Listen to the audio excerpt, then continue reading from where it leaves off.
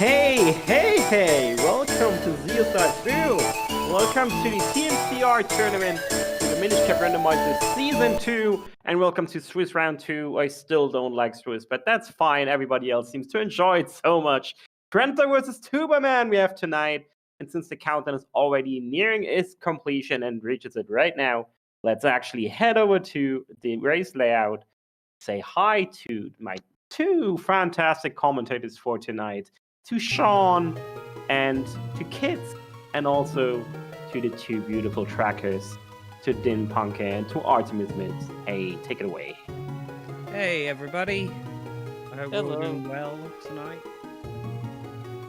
Should be an exciting match, Trent versus Tubamann.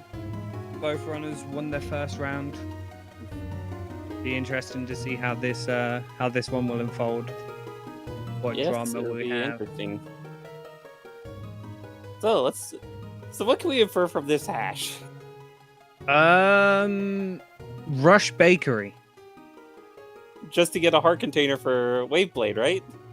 You need a snack for the adventure, you know? You got to build up the energy. Oh, yes. And then we'll find the Lone Ranch key, which will give us our access to the lake. Yeah, I want Lon Ranch key required to get to what's the effect? Oh, syrup. I almost forgot the witch's house name. Just so we can get the Jabba up there for DWS. Wait, I didn't know that DHC had a Jabba requirement. It's the latest patch, you know? And we're starting. What do we have in the house today? Just some money and arrows. Yeah, we've got a classic pink versus purple battle here. And we got one going straight into Wind Trent, and Trent, he is setting up his quick warp back into town. Yep, it means you don't have to walk either down or quick warp straight into Link's house. It's very slightly faster. I don't think it's much else to it, really. But there's nothing there, so... We've got a cash start. Tingle trees, anyone? Meanwhile, I'm hoping for the shop to have something. Yeah, so as you can see by the tracker down below the two game feeds, we have a non-required Deepwood and a non-required Royal Crypt. So it's going to be a full golden Kinstone seed today. And there's a Kinstone behind the counter with nothing but cash for sale. That was a row of bloopies. That was like, if we were playing like the slots or whatever, that's a jackpot. And here's your Kinstone for winning the jackpot. Yep. Ooh, bomb bag. Bomb bag. And this is probably going to be a rush to the... Yep, it's a rush to the Ruby Cave. Yep. You can use bombs to blow up the trees. I think lantern, light arrows, sword, loads of things work there. Speaking of sword, we have our first sword. And that looks like a spin scroll, I think. And there was a bow as well. Yep, that was spin.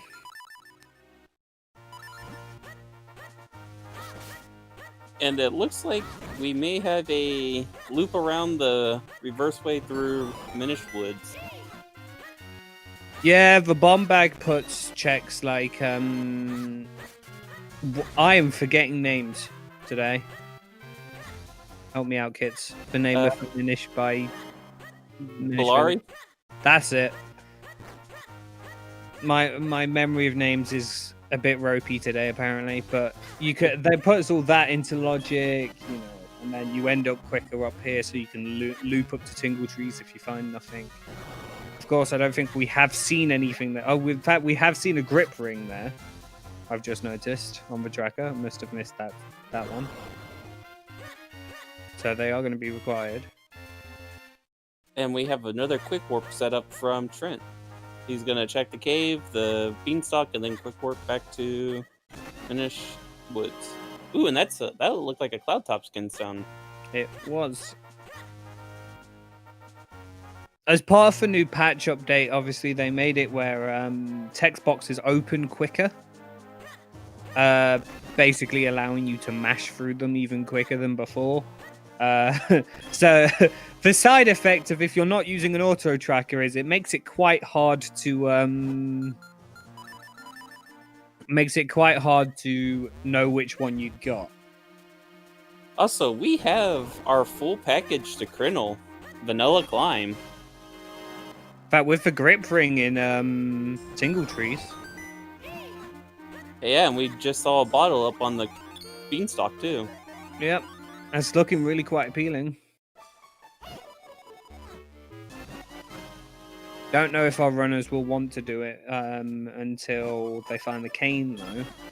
Yes, the good thing about doing Vanilla Climb is just to get the beanstalk.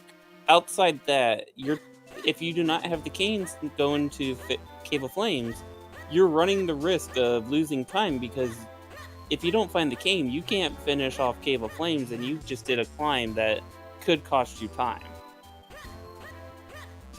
Yeah, I think Vanilla Climb is what, like 3 to 4 minutes? Something like that? Something like that. It's just a painful climb. That's all it really is. Yeah. And the barrel has nothing.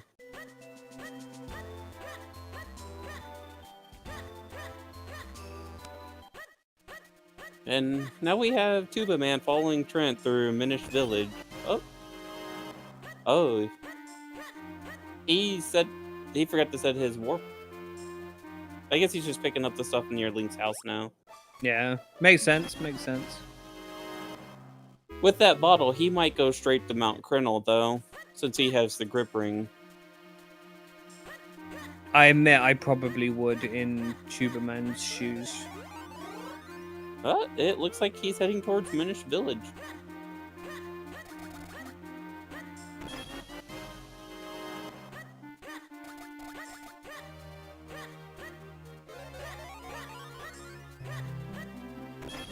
Oh, we'll pick up that Kinstone along the way. So that's 2 Cloudtops Kinstones already found. 5 Cloudtops Kinstones, 3 Caster Wilds, and a Vale Falls Kinstone they're looking out for today. And that's a light arrows with a wallet across the lake, or the little river. 6-minute light arrows.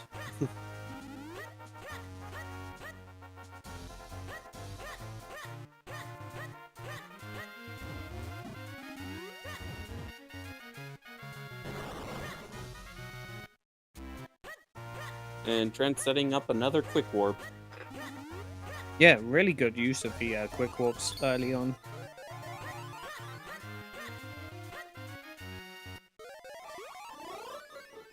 Be interesting to see if or when he makes his way up to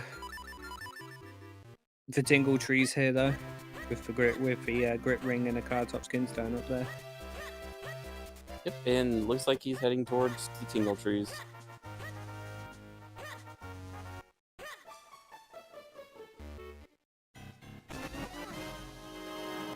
Was that down thrust? It was down thrust, yeah. Okay. Perfect nice. with a required Gilg. Not only that, with the latest update to the randomizer, that could actually be required to get into Cave of Flames, if we have Cape.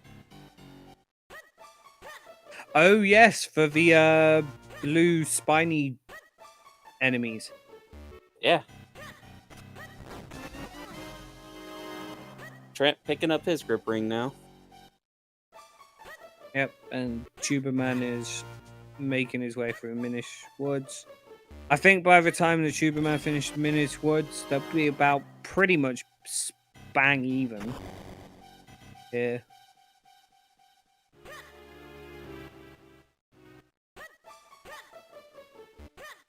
Did Tubamann check the courtyard? That much I don't actually know. But if the Kinstone isn't in this path here, then I would say yes, because there's nothing that yeah, there you go. Okay. And Trent is opting out of the courtyard, and it looks like he's going to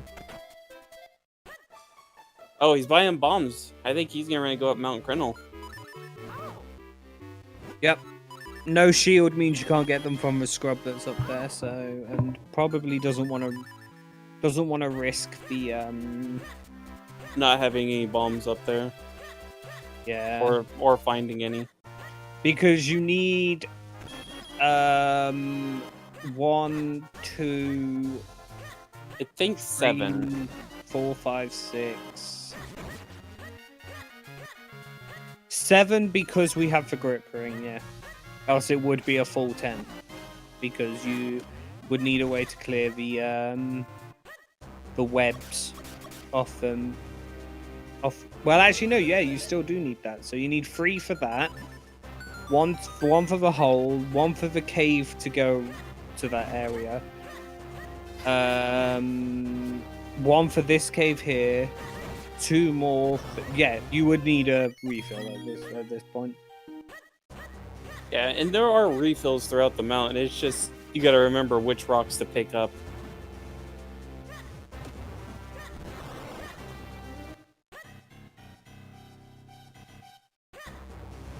Yeah, the nice part about having grip ring is they won't need to do the whole what's it called? The whole, how I call the Mountain Dew side quest of the hot Crenel water. Shoutouts to Mountain Dew. Shoutouts to Mountain Dew. I mean, some people like it. I do not personally, but I still give those shoutouts for those people. It's not really a thing here in Britain, so it's definitely one that's not as big. Like I think it's quite big in America, if I'm not mistaken. Unfortunately, it is. Unfortunately, Trent's getting bullied by bats, and Tuba is going right up the wall with his grip ring. yeah, just skipping this straight off. Oh, and we got a boomerang.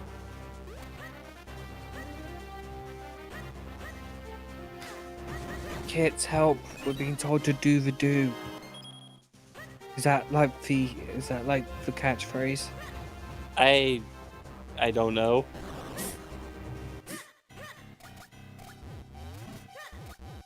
You know about as much as I do on this, because yeah. We need a resident Mountain Dew expert.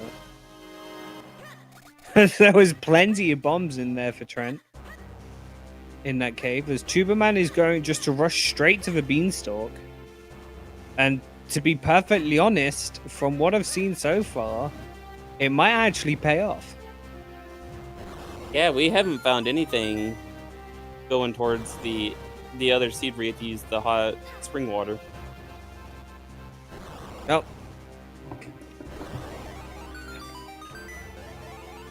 What does our local bomb fairy have? On Mount Crinnle, that is. And there's another bottle. A bottle-locked bottle.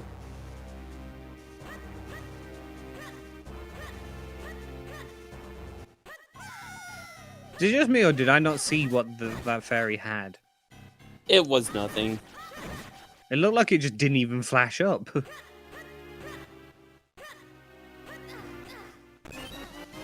And the lower part of Mount Crinnle is empty.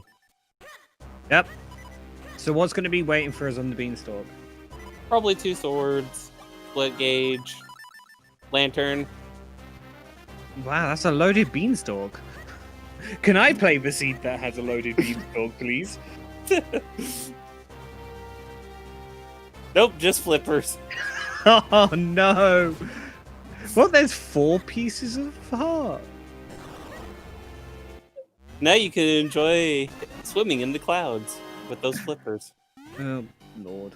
Nori, we believe the other stone was actually in the castle courtyard, which was where Trent missed it.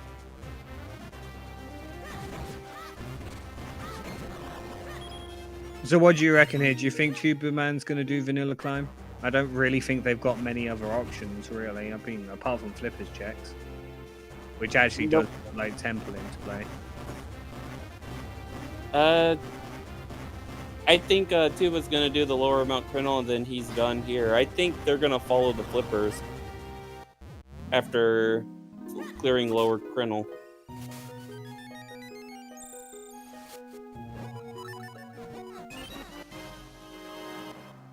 Now, if you were in Trent's shoes, because he cleared lower Crinnle, and he's getting up here, and all he gets is flippers, would you continue to Cave of Flames, or would you wait until you have Cane?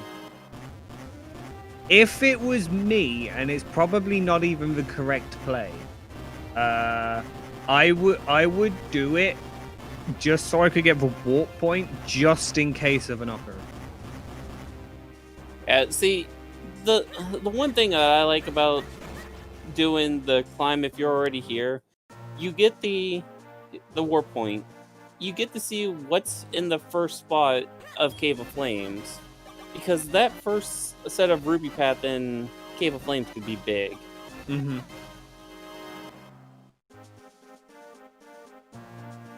Yeah, I think there is up to the cane chest. There are 5, 6, I think 7, it's a total of 8, 10. 9, 10. I think it's 11. Because So there's you've got, the 5 in the Rupee Path, the 1 with the blue spiny jewels. Then you've got the 1 where I think it's the map chest is, and the 1 next to that. So that makes 8. Then there's the final 2 in the first part, and then there's the bomb wall. So yeah, and then there's the cane chest. So there's 12. yeah, I mean, Trent is making the play. Yep. If you add to that as well, obviously the 2 checks here in the vanilla path. It's quite the risk with the flippers that would have just opened up Temple of Droplets, but Yeah. The only thing is going to Temple early. oh If you wait, don't, they don't open up Temple of Droplets, do they? no, they don't actually, because 'Cause the you can't only go through Lon with them. right. You could, however, get to the Goron cave. So, Yeah, oh, and that's a white sword. That's that's flippers locked. yeah.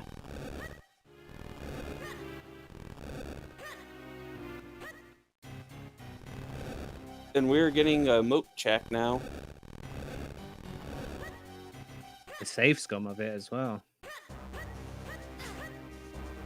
Safe scumming is very powerful in this game. It's something I've started to incorporate into my own game. Ooh, and we got a light arrow strat.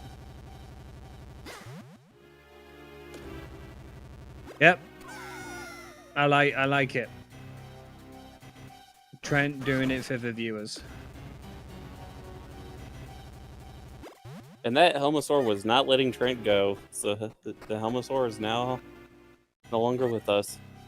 Rest in peace, Helmosaur.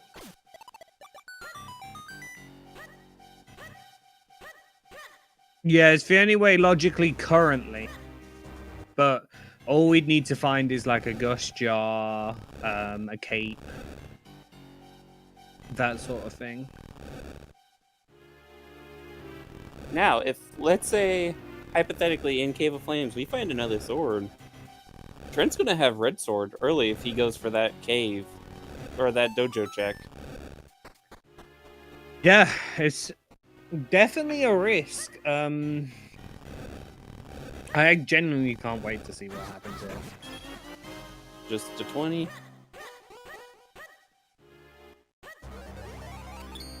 As we're seeing Minish checks from Tubamann in town. So following Oh, we got another sword. Hello. Trent's got to be feeling a big brain about that. And that could genuinely mean that light arrows were required for that. And that's our third Cloud Top Skin Stone.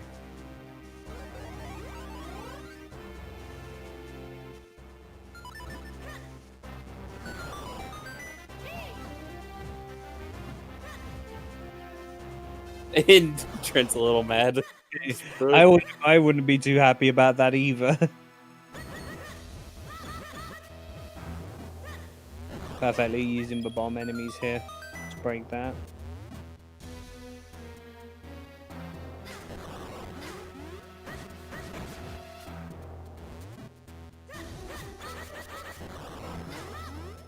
Nice use of the bombs.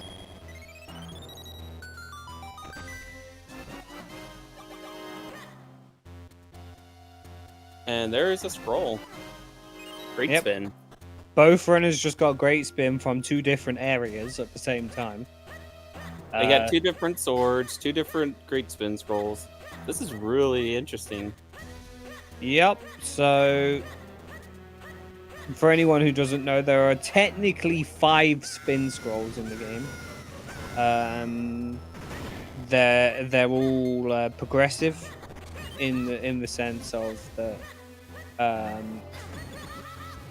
like the one that Trent got in Cave of Flames, for example, will not be Tubamann's. It will be I think it's fast spin. Sorry. There's the normal spin, great spin, longer spin, and faster spin or fast charge. Correct. Fast split and longer great spin. Yep, there we go.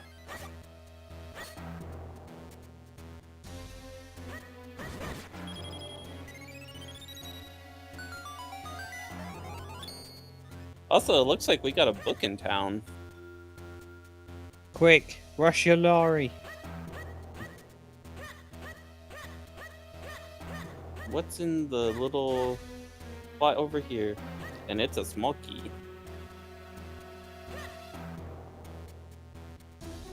So we're going to be wrapping out Cave of Flame with the last 5 checks outside that small key. Yep. Trent find anything else? And we're getting assignment simulations on Tubamann's side. There's Barrel Beam. And a big bomb bag on Simon. You absolutely keep that. 10 is never enough. Is 30 ever enough either? You can make 30 work. 10 I feel like you really struggle with.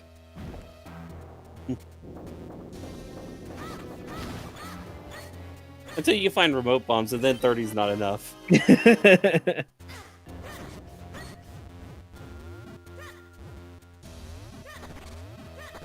Remote bombs are the best item in the game.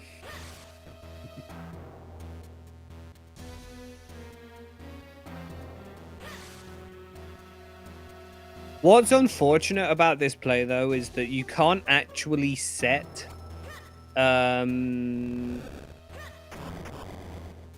The blue warp? For blue warp in Cave of Flames, because you actually require the cane to do it. And if you have the cane, with it being an element, you'd be finishing the you'd be finishing it. Yep. And we have school basement being checked.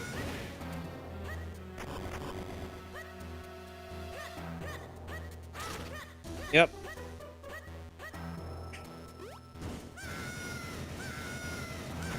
It looks like another bottle. I think that was dog food, right? Was it dog food or another bottle? It would look like dog food. Yeah, it was dog food. Alright.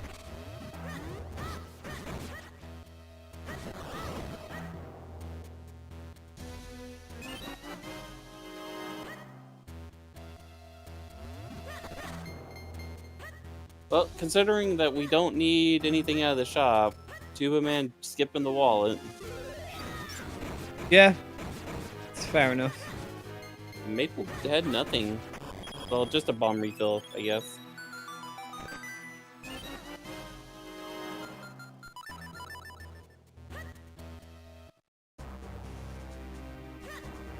So, Cave of Flames didn't pay out, but there was a sword there, so... And it looks like outside the one Cloudtop Kinstone that we already know of, it doesn't look like we found much in town and everything else behind the flippers, other than the other sword. Other than the other sword, yeah, which you would probably safely assume that Trent's going to go to straight after here. Yeah, which will be straight to Western Woods from there. Mm-hmm.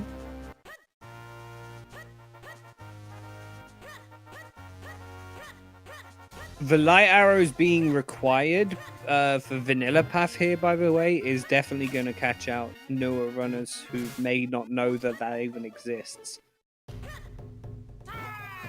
Yeah, and our only access through the Vanilla Climb was the light arrows. And Trent has Red Sword. Yep. Right next to Western Wood as well.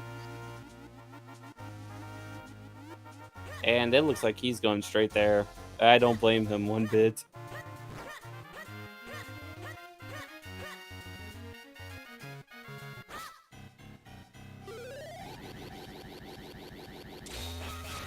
We are now getting the flipper checks in Minish Woods.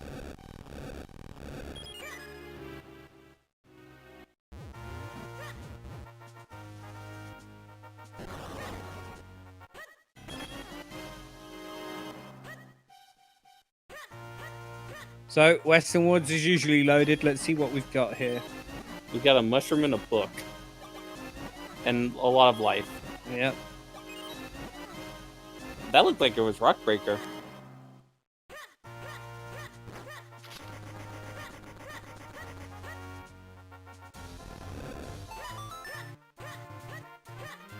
Oh yeah, the flippers also unlock Deepwood Shrine. I had to stop and think of the name real fast. Yep. I keep mixing it up with DHC. I don't know what it is, but... And with a bomb bag, we can do some checks if we don't get key locked right here.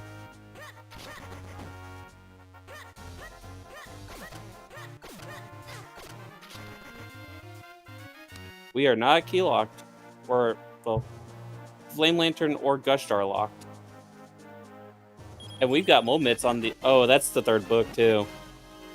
Yep. And the Okay. Karloff medal.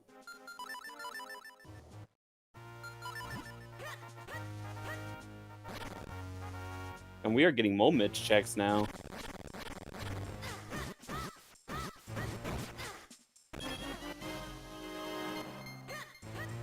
Yep, so if Kane, Gusjar, Cape are all somehow locked behind anything that we find in Western, the light arrows required Vanilla Climb.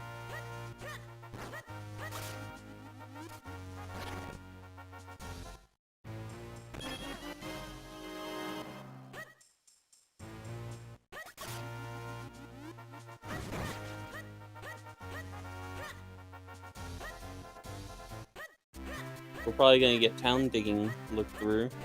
Yep, 4 checks, I believe. Quite quick. Oh, and the wake up mushroom check, too.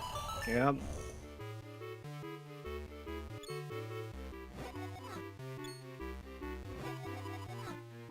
There's just a big green rupee on the freestanding item in DWS. And we got a wallet for a mushroom.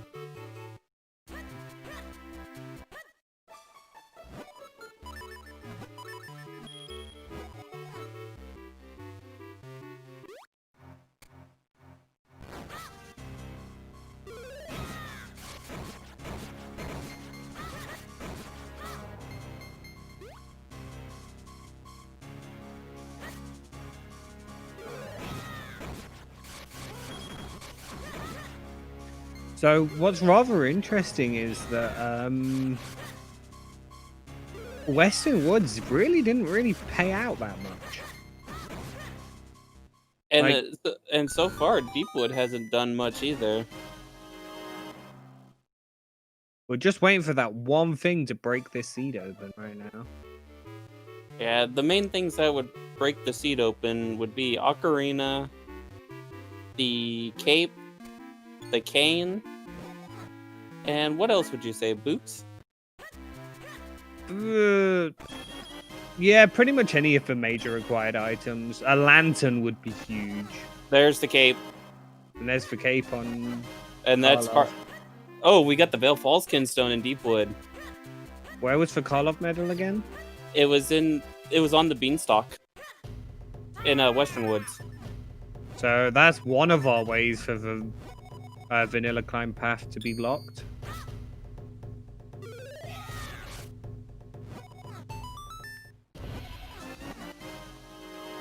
Yep, there's the last book.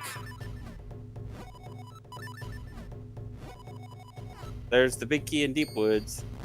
Yep. Currently unable to get that other chest in that room there because you need a Gust Jar or Cape. Last few checks that can have something. Yep, and I believe one of the next 3 checks has to be a key as well. Unless Yep. well, there could be one on Green Shoe, I suppose. Yeah, and not blowing up the dust off the switch to get the Okay, now he's doing it. Yep, nicely remembered. And this will be the vanilla Gust Jar check after this big key, so we will find out if vanilla climb was hard required or not. I genuinely thought for a second there we were getting a fountain play, which with just a well, with no, actually no, we have the cape, so we would have actually been able to do it. Minus the cane check, obviously.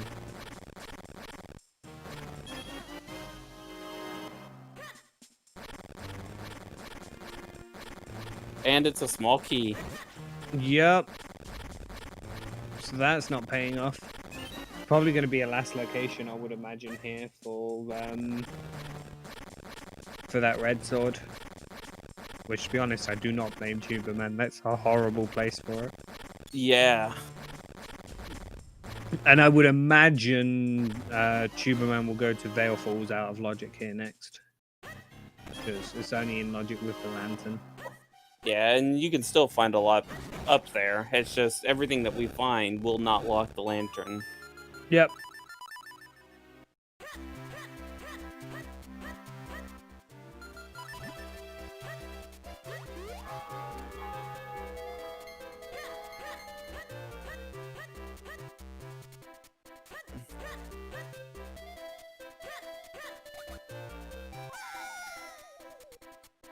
Yep, and it looks like there's that rush to Vale Falls for that Vale Falls Kinstone. Yep. I mean, there are... how many are there? I'd There's say like- roughly around 20. Yeah, roughly.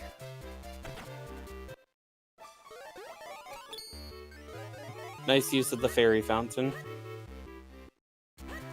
Yep, droplets and leg higher are open with that cape, and that means cave 25 is open, where there's a bunch of checks there. I definitely would see Trent doing that over going to non-required Deepwood. Yeah, the bad thing about the Deepwood Vale Falls Kinstone is, unless Trent finds Gust Jar, point him that way, I don't think he's gonna go that way anytime soon. Yeah, no.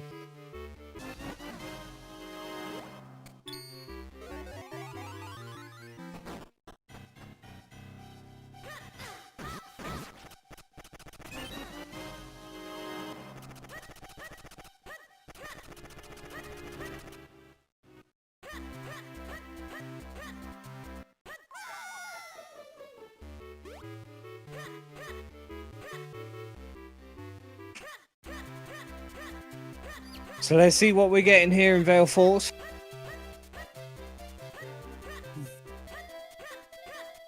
We got boots. Ooh. We're going fast now.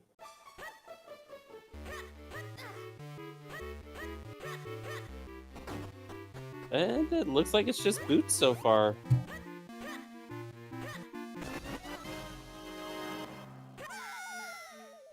Because that was fast spin on Trent's end for the third spin scroll, so...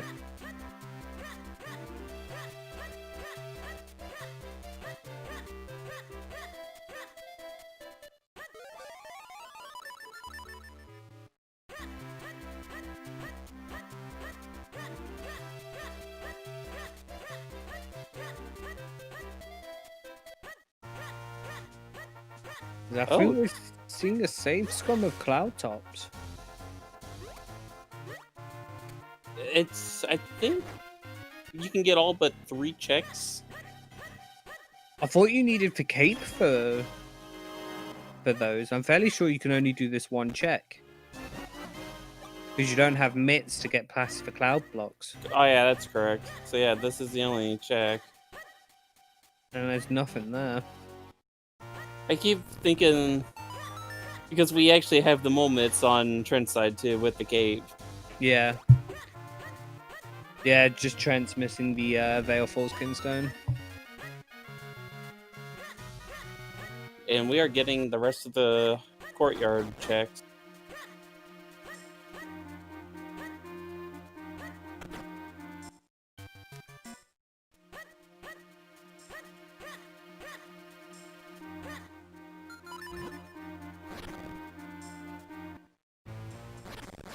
Actually, I think Trent might be going to Deepwood after this one.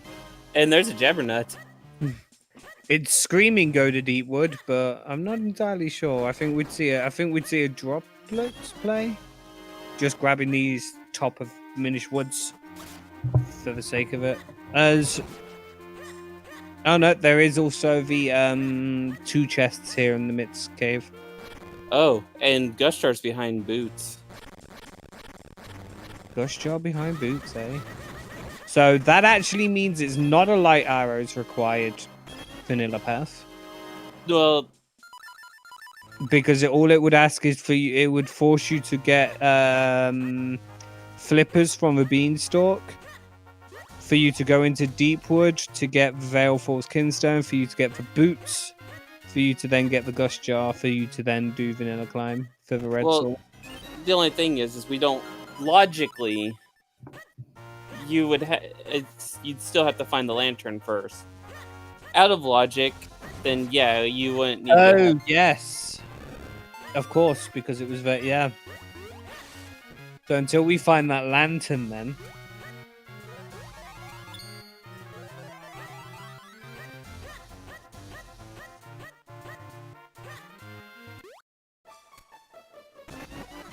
And we've got a magic boomerang already.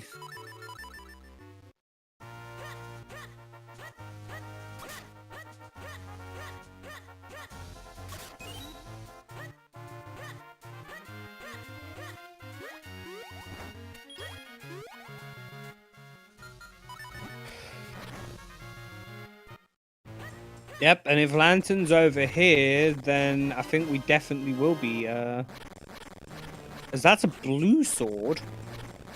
All right, there's one more sword out there. That one was definitely red sword locked. As we did get the cane on Tuberman's side. Wait, was that from Gushjar? I believe it was on the old man, yeah. Oh, so I Lantern mean- blocking the seed right now. Then Yep. I mean, that's huge for Tuberman, because that then means that despite it being out of logic right now, Tuberman will beat Cave of Flames and then get the red sword from there and then just do everything Trent's now doing. yeah. And with having the boots, he's gonna move faster along that path.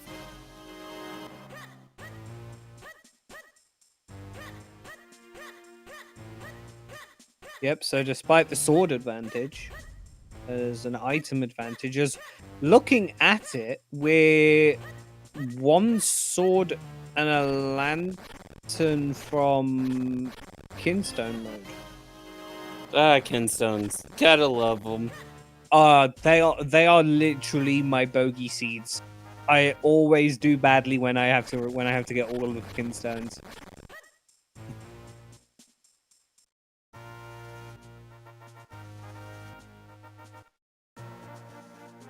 And we're going straight to Cave of Flames with that cane, Yep. which I do not blame him.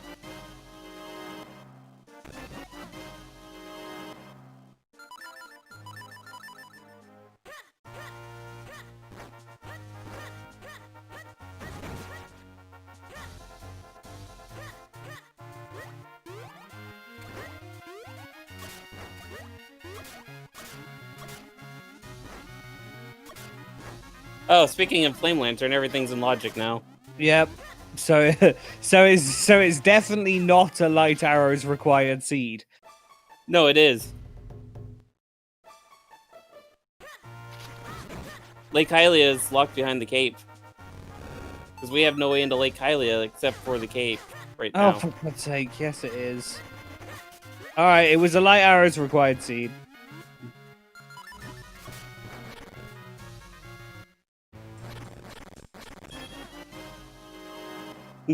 You know what's throwing me off? It's the fact that Tuba was able to do it without the light arrows, so it's a logical light arrows required, but not required. It's soft required. That yeah, I could go with that term. Yep, and we're probably going to get a full clear of, except for 2 checks and simple droplets here. Yep, and as things stand, like the later and later Tubamann does Temple of Droplets, the less likely we are to see a full clear from them. But they run the risk of going in there with a Gust Jar, so we may see blue chip. Yeah, and now the question is, how long does it take for Trent to go to Deepwood Shrine to get his Veil Falls Kinstone, which, in retrospect, locks the boot, which then locks the Gust Jar, which then ends up locking the cane. Yeah, I would imagine with Cave being that far locked, regardless, you'd be forced into it. Yeah.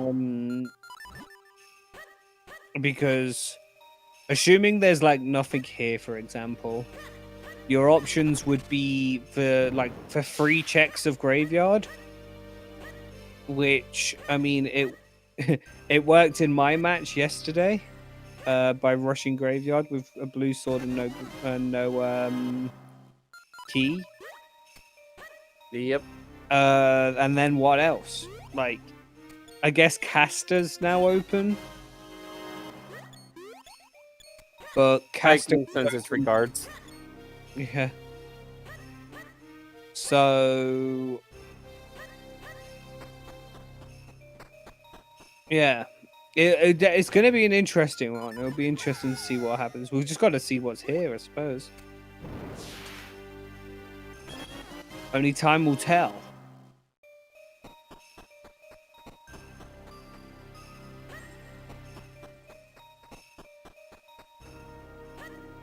No race is ever decided until .done has been entered. Yep. It's not over until the race time room says it's over.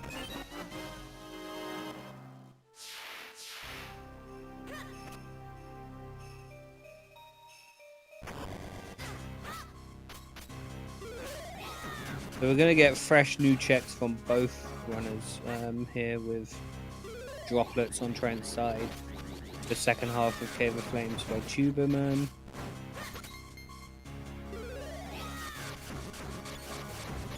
Yeah, and looking at our layout now that we know where Boots, Gust Jar, Cane is, we're really just down to Kinstones, and we've only found a couple. Like, we've only found 4 out of the 9, so we're missing 5 Kinstones. And we've hit most of the main areas as well.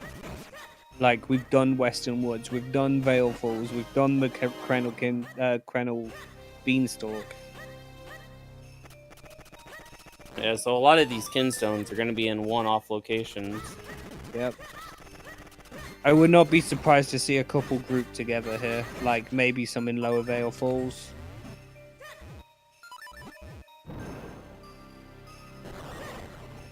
We even saw Cave 25 and we didn't get any as well. And all we got out of Cave 25 was a sword. And that should be the last key out of Temple Droplets. So we have all the keys in Temple Droplets now. Yeah.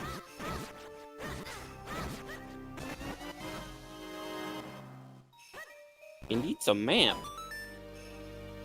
As per the latest update of this as well, the big key got moved into the first chest in Temple of Droplets. So Trent will have to go back to the beginning at some point to get that key lock chest. I believe it's locked behind all keys.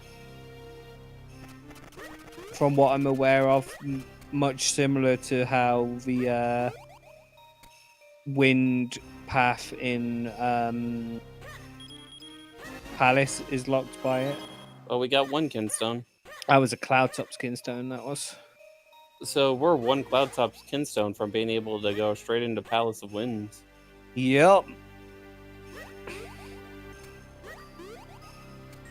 So it really will be a case of, for Trent, we know that he really needs for Vale Falls Kinstone to open up this seed.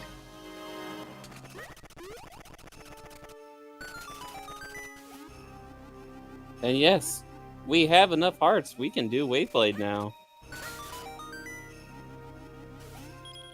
The only check in the game that requires 10 hearts. Yep, it's always an interesting one. I think this is one of the only randomizers that I know that has like a health required check. I obviously don't know all the randomizers, but so we got a Mitts butterfly. I think that was, or was it a Flippers butterfly? It was one of the two. It looks like flippers. A Flippers butterfly. Oh, we got the Mitts one earlier.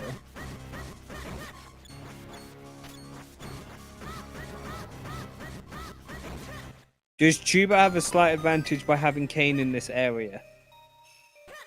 In some essence, yes, but in some essence, no. The room that Tuba's in right now, you can break pretty easily by having the cape, but having the cane meant that you didn't have to do vanilla climb. So in essence, it's actually even.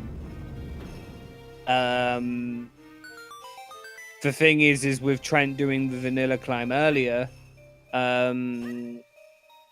it's meant that Trent could do the red sword chain. So until the two paths overlap, there's no way to tell who's in the lead. Although it doesn't look like it at the moment, that Vale Falls Kinstone could be the difference maker. Yeah. With what Trent's done is Trent's basically stayed in logic, whereas Tubamann has broken some logic and has gotten rewarded with some items out of logic. Yeah. And that's the thing, is it's only a minor break, but that minor break in logic has actually paid off really well. It would just mean that you could kind of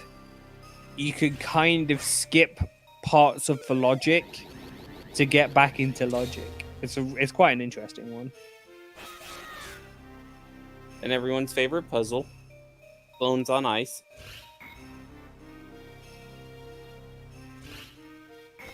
Minish Cap on ice.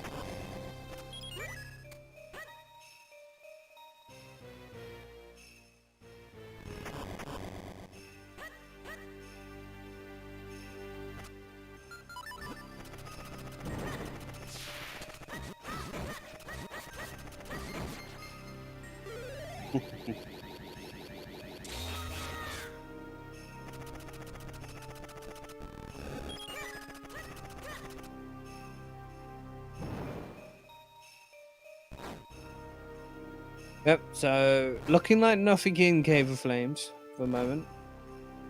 Still the nicely named Lava Lapras. Ooh, barely got the puzzle. I think the second torch was about to go out there. That puzzle is quite annoying. Yeah, trying to light 9 lanterns or light 9 torches on ice is not fun.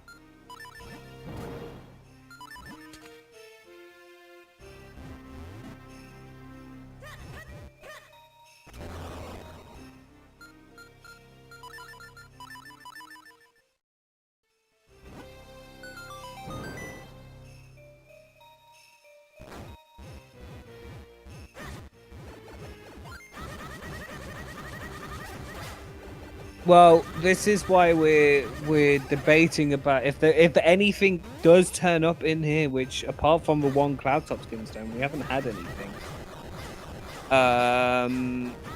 It may point Trent in a different location than Deepwood, but if there's nothing here, I could probably see Trent doing Deepwood not long after.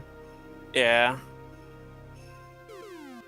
And when Tubamann comes through Temple of Droplets with that Gush Jar, we have 3 checks that Trent did not do because they are Gush Jar locked.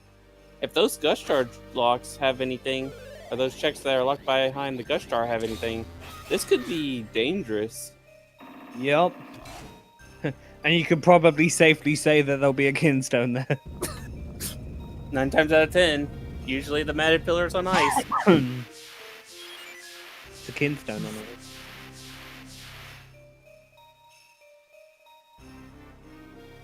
Yep, but this is a very sort of fast-paced randomizer.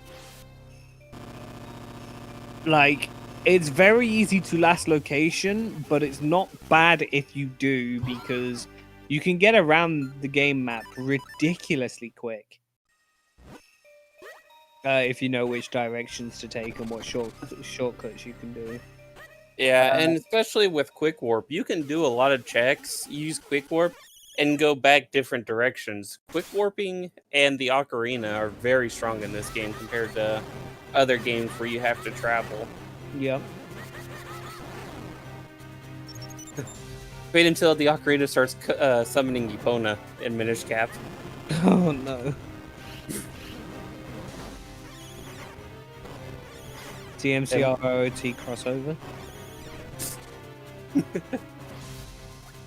That'd be fun. So, Milari has a red rupee on.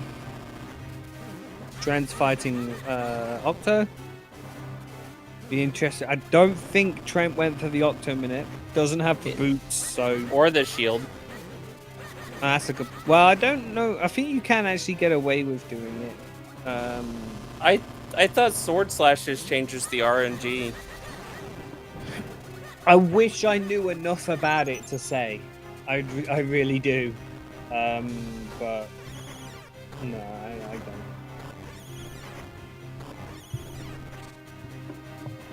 Yeah, I think I've heard Myth, and if Myth is there to confirm it, but I think the Sword Slash changes RNG.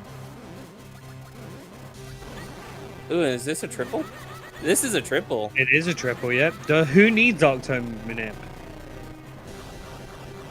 As Tubamann picked up that red sword as well, so.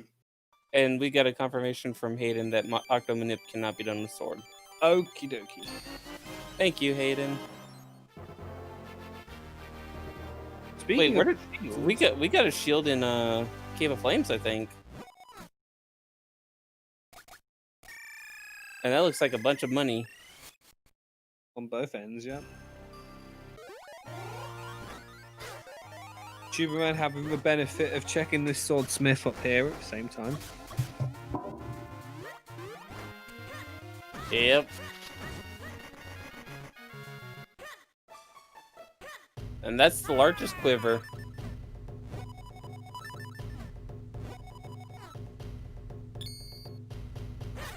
And we have 2 different dojo checks at the same time. Yep.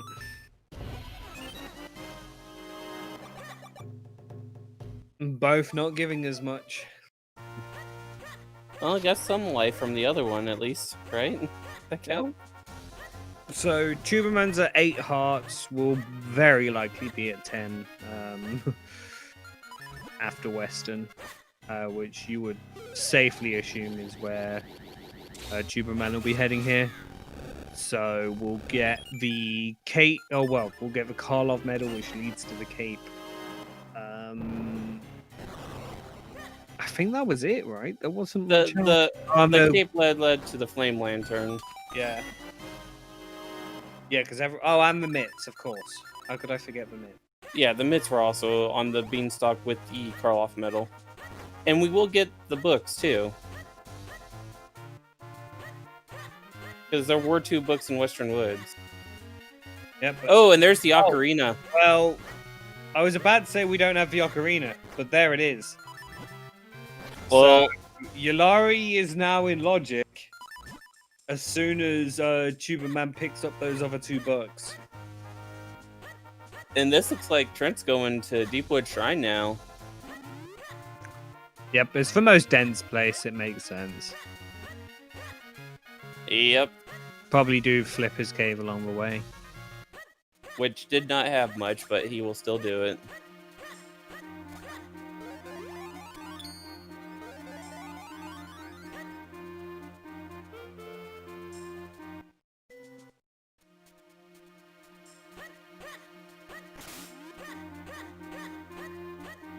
So we have all the major items that we really need other than Graveyard Key and the Kinstones. Well, we don't even need the Graveyard Key. Royal Crypt isn't required. You say that now, but the king may have a Kinstone for us. Would that be classed as French vanilla? Because he gives you the Veilful Kinstone in vanilla, which is a golden Kinstone. Yeah.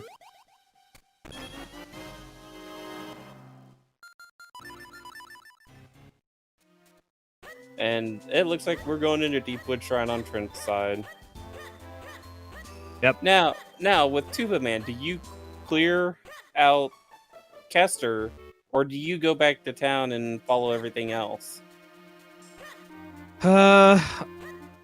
With that, I would clear out town. But Castor is the name of the game here. And did not see the butterfly there, and oh, he's going back. It's just a piece of heart. Yeah, with the ocarina, he's probably thinking, oh, I can go back to town anytime because it's just a flute away. Yeah, grab that warp, and then you could walk to town, walk back if you need to. To be honest, a quick clear here probably wouldn't matter. He has mitts. He has and power bracelets. Now got power bracelets. And with power bracelets, that's really nice because when you go to Fountain check, you can actually get Mr. Left's check too at the same time, so you don't orphan that in town.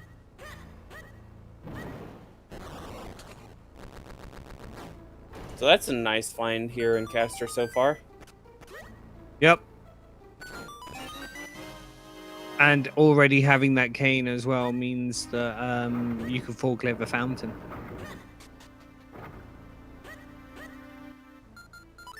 But the question is, how far do you go through Castor? Like, would you do hiking, for example, or if you've already started full clearing Castor, you might as well just full clear it. Because the moment you skip checks, you're going to be worried the entire time. Is there something there? Chat saying always do hiking, always skip Percy. Poor Percy. You skip Percy. Percy has 2 Kinstones. How do you feel? Oof, God. I don't think I've ever skipped Percy because I'm like, I know as soon as I do it will have something, and then it just never has. Yep. That was fun.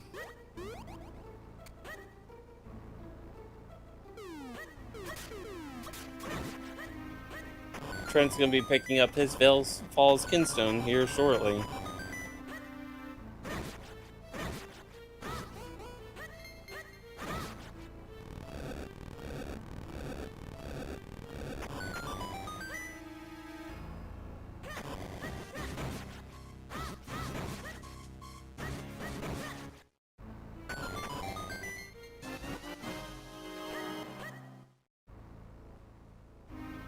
And even with picking up that Veil Falls Kinstone, since you're here, you might as well continue clearing. And we'll probably get the one check that Tuba missed down in the basement. You can't get the basement because Ghost Jar isn't in Oh, here. this one right here. Oh, this one. Okay. I thought you were thinking the BK chest. No, I would have simply called it the BK chest. Well, there's a chest with the BK in it. Vanilla big key chest. How's that? And we just got a map. Oh, the map. Now we won't get lost in the dungeon. Yay! That's really helpful. But what about the compass? I think we've already found that. Oh, well, then it's good then. As we are getting a Yulari check. Yulari, the forbidden one. Just like Exodia requires 5 items. The cane, the ocarina, and 3 books. I've never thought of it that way until you've just said it. And now I can't unthink it. You're welcome.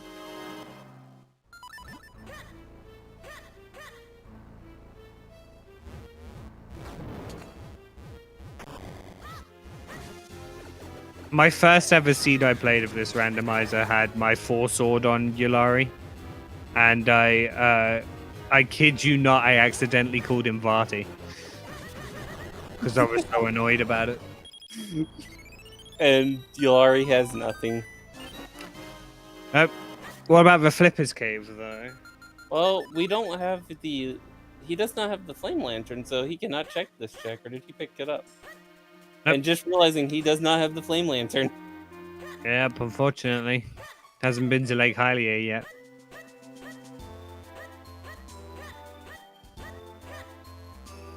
Put in an arrow to the scissor beetles.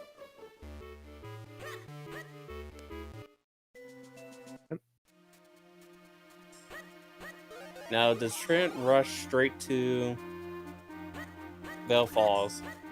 You'd have to imagine so, right? Like, Well, it's the most check-dense location right now for him. I feel like it's either this or Castor, and I feel like Veil Falls would be more appealing. Plus, you could start doing cloud tops. Yeah, and having 3 Cloud Top Kinstones. I think Trent's still missing the one in Courtyard, is that correct? Yes. So Missing one in Courtyard. And I doubt he won't pick that up until he gets boots, to be fair. So that way he Yeah. can full clear it in one go.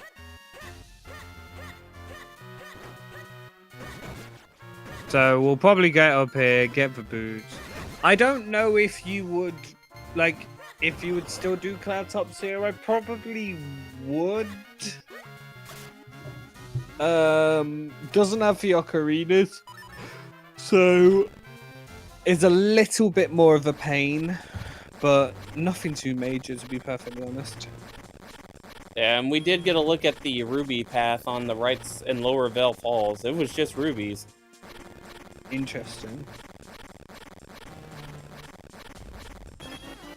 Yeah, if there's also a Cloudtop Skinstone up in Cloudtop, that's gonna be really interesting, because then that means once Trent gets that Cloudtop Kinstone from Courtyard, do you go straight to Cave of Flames, or do you go straight to Palace of Winds? Oh, Because the boots lock the Gush Jar, and the Gush Jar locks the cane, so I think Trent would end up going to Palace before Cave of Flames at that point. well, here's the thing. So Trent doesn't have the ocarina right now. So when he was to get the cane through obviously the chain, you could I could easily see if he has all 5 kinstones, opening up Wind Tribe, because you can do the old man there, like both sides. All you have to do is reload the house for it to go into phase 2. So, or the second check, should I say? So, like, I wouldn't be surprised if we see Palace before. Yep, and the sword lock chest there in Vale Falls, that was the bow butterfly. Bow butterfly, best butterfly? Nah, Mit's butterfly. Hands down the Mit's butterfly. Yeah, I'm still partial to the bow butterfly. Well, the bow butterfly, you can have the same effect by boots cancelling. So, if you didn't know, you could... And how often do you have boots, like, early with the bow, when you need it? This seed right here. Yes, this seed right here, yes, but outside that normally. Shrug emoji. That's fair. And Trent did just pick up his boots. Yep.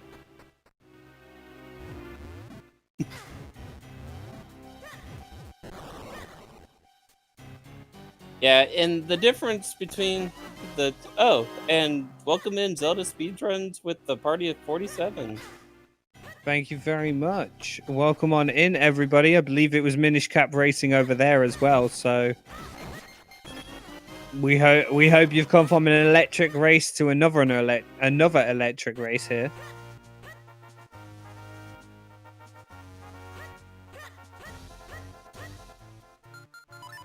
Where this seed can basically be summed up by light arrows logically required for vanilla climb to Cave of Flames for Red Sword, but was done out of logic by Tubamann. And Trent's going to be able to full clear Cloud Tops, unlike Tubamann, who came here earlier and did not have the cape or the mids. So we're seeing a lot of the Cloud Top checks now. Yep.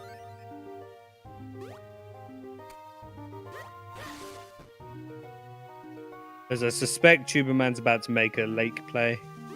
Yep. Yep, that looks like Lake.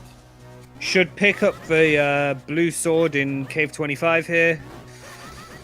We'll do Temple and get that fourth Cloud Top skin stone.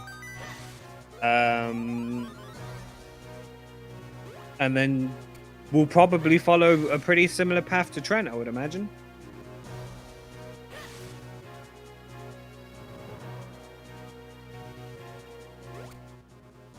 This is the only time that the Flippers butterfly is amazing, is this area right here. Yeah, you can race along here. Was that roll attack? It looks like it.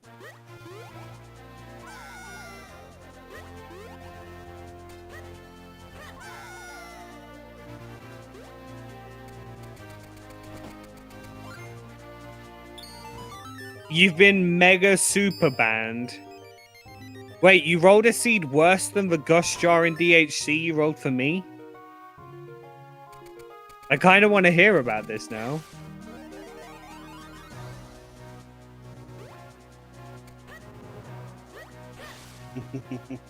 Yes, Artemis, that was my round 1 match against Johnny. We had a Gush Jar in DHC. Last location by both. Yep. Which I thought was bad enough, but apparently Hendris has gone one step further, really trying to take the crown there. That's a Caster Wild skinstone. And another one, or was that yeah, that's another. That was a caster, yep. I said they'd be grouped up. You did. I feel like they kind of had to be, because where'd you go after this? Yeah. I had nothing. For Trent, it would be caster, but we've already seen, I think, most of it. I don't think we've seen the Minish checks there, actually, from Tubamann.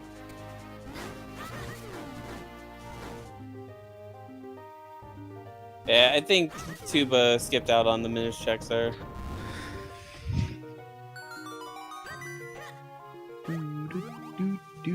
So, nothing else here in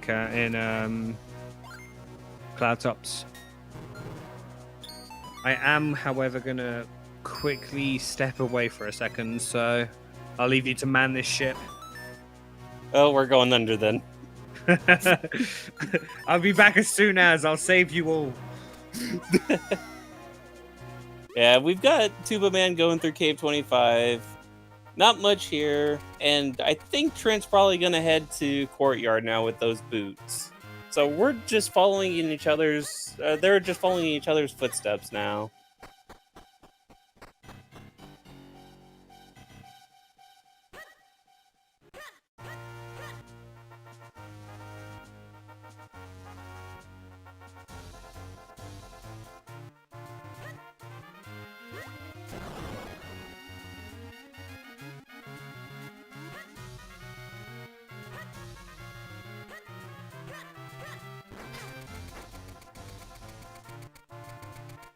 Yep, and here goes Trent into Hyrule Castle.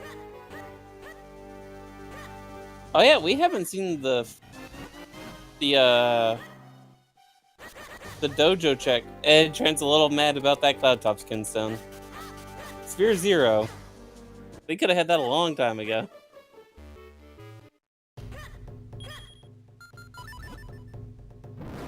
So we're gonna get this dojo check up in the Castle Courtyard. Let's see if we get anything out of this.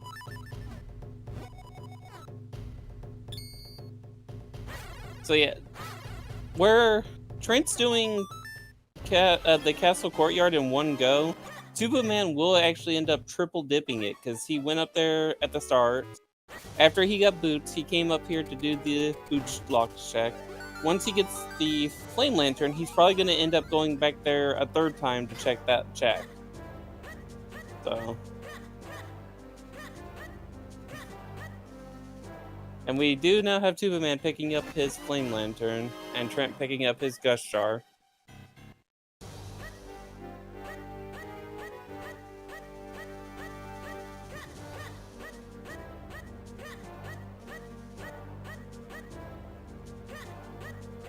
Okay, I have returned. Welcome back. I see the runners have basically leveled themselves out now. Yep.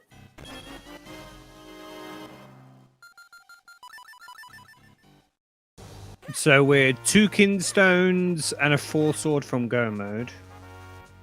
Like, between the 2 runners, of course. And Trent's doing your play, Sean. Taking a leaf out of my book. I don't disagree with this play. Naturally. I don't either, because this is something we haven't seen yet.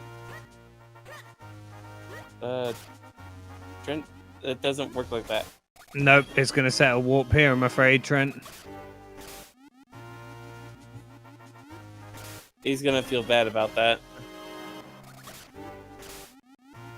Nope, he didn't. I think he realized. Somewhere in the background, Trent's yelling at himself. So Artemis has called that the graveyard key is going to be here. Is it going to be vanilla? Is it Dampe? Well, knowing our the luck of the graveyard, we're probably going to see 4 sword here. The fairy tends to always have an item, from what I've seen. It's kind of why I've adopted it into my playstyle. Until it doesn't. And Yeah, then it's until it like doesn't. sad panda. It's just like, oh well, what was the point? Oh, we are getting Blue Chew check. Yep. I mean, it's understandable. That would be interesting. Yeah, the fairy had nothing, unfortunately.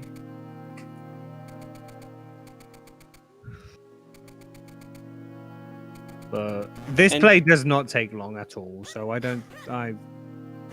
struggle to see the problem with it. And we have Electric Boogaloo going on too. Electric Boogaloo. It's my favorite kind of Boogaloo. And the graveyard did not pay out. Nope. Unfortunately. And somewhere in the background, Trent's yelling at Sean. Why do you get lucky?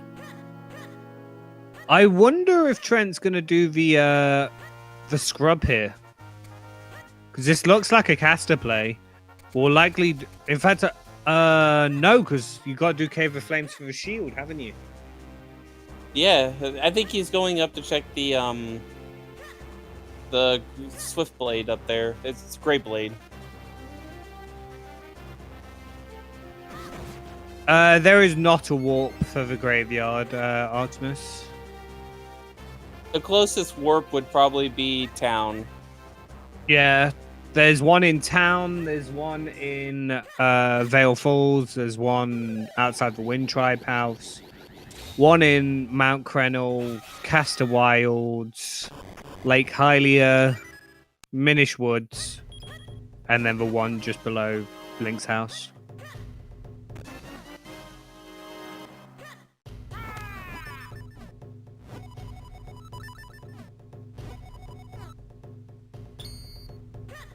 And Blue Chew had nothing.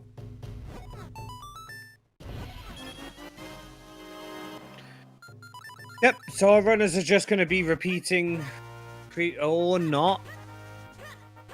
Trent does not have the cane at the moment, so Yes, good point.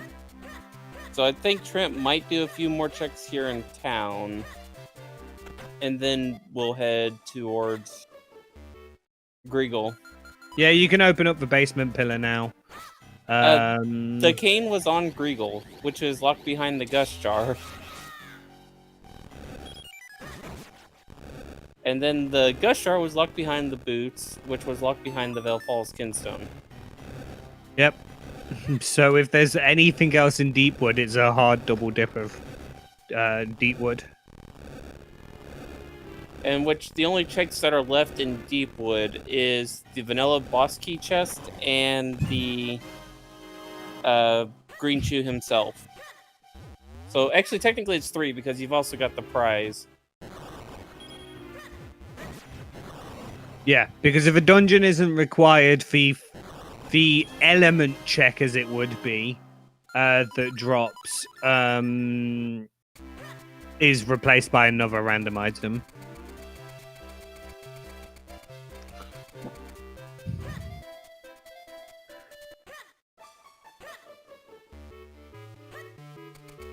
So we're seeing the inn ledge here. We haven't seen this before. Nope, because we just finally got to town with the lantern. Oh, and that was the last Castor Wilds Kinstone. We are 1 Cloudstop Kinstone and 1 Four Sword away from go mode. Well, no mode. Yep, and this is a straight rush to Fortress. I know for a fact that Trent was talking just before this about Fortress being his like bogey play.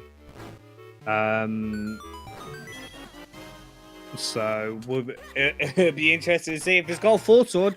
I mean, he'll a Four Sword and a Cloudtop's Kinstone. Sorry, he'll be cane from go mode, and of course we know where that cane is. And Yeah. as Tubaman's already fought Blue Chew, that means Tubaman will have to do the affectionately mentioned Hendrus ledge, which is where you do that ledge after doing Blue Chew and it having a required item. Which, ironically, Blue Chew was cleared before Trent did go there.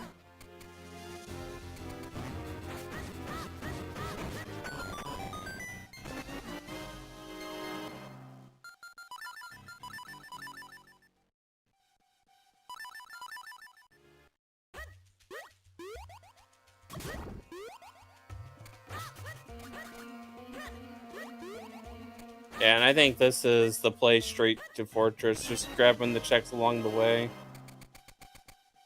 Yep. I mean, you grab the warp in the hopes of getting the Ocarina. As Trent does have 7 scrolls, I believe, so can get both checks that are in here. I believe both of our runners have 7 at this point. Yes.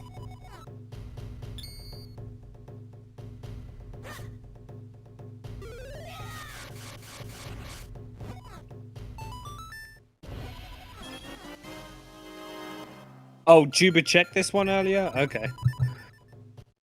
They all merge together sometimes.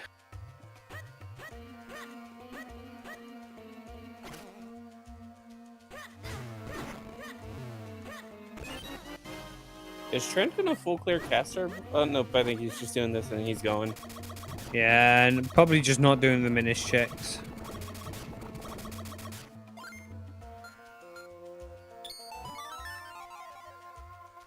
How is this seed so far? It's not that bad, really. We're just missing a Cloudtop Skinstone and a Force Sword. The only real sort of semi-bad part is logically you required for light arrows for Vanilla Climb to Mount Crenel. Something that Trent actually did do. And Tubamann was able to break the logic by going to Vale Falls. Yeah, and we are getting the last check in Temple of Droplets that we do not know, and Trent is going to Fortress, so Trent's having a lot of new checks, and we're getting one new check from Tubamann.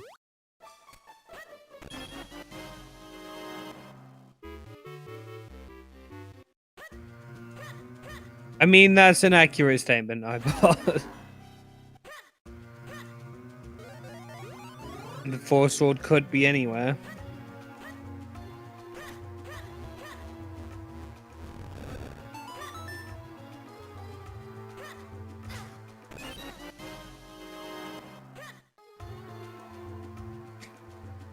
And there is nothing left in Temple of Droplets. So, unless Trent goes back with the Gust Jar, Temple of Droplets is cleared now.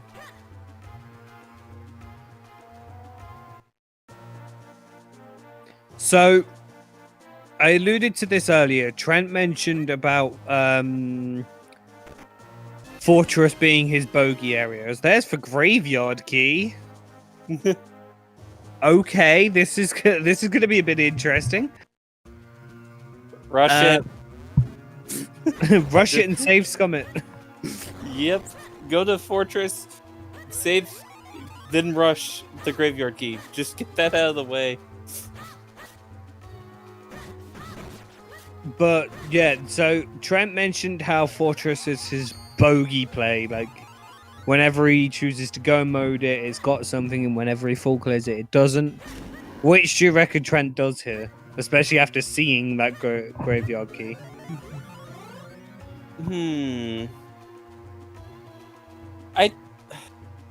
It's hard to say. I think he might end up clearing most of it. I think it might depend on where he finds the boss key at. Yeah. Because a lot of times the boss key is a very determining factor on how much of Fortress you will clear. Because if you find it on the way to the vanilla big key chest, you're probably like, yeah, I'm just going to go ahead and full clear this. Mm-hmm. And as Din in chat is pointing out, it's dragging Trent further and further from his cane. If Trent gets the 5th Cloudtop's Kinstone, however, that will immediately pull Trent closer, because you will have to go through Wind Tribe, so you'll get Greagle checked.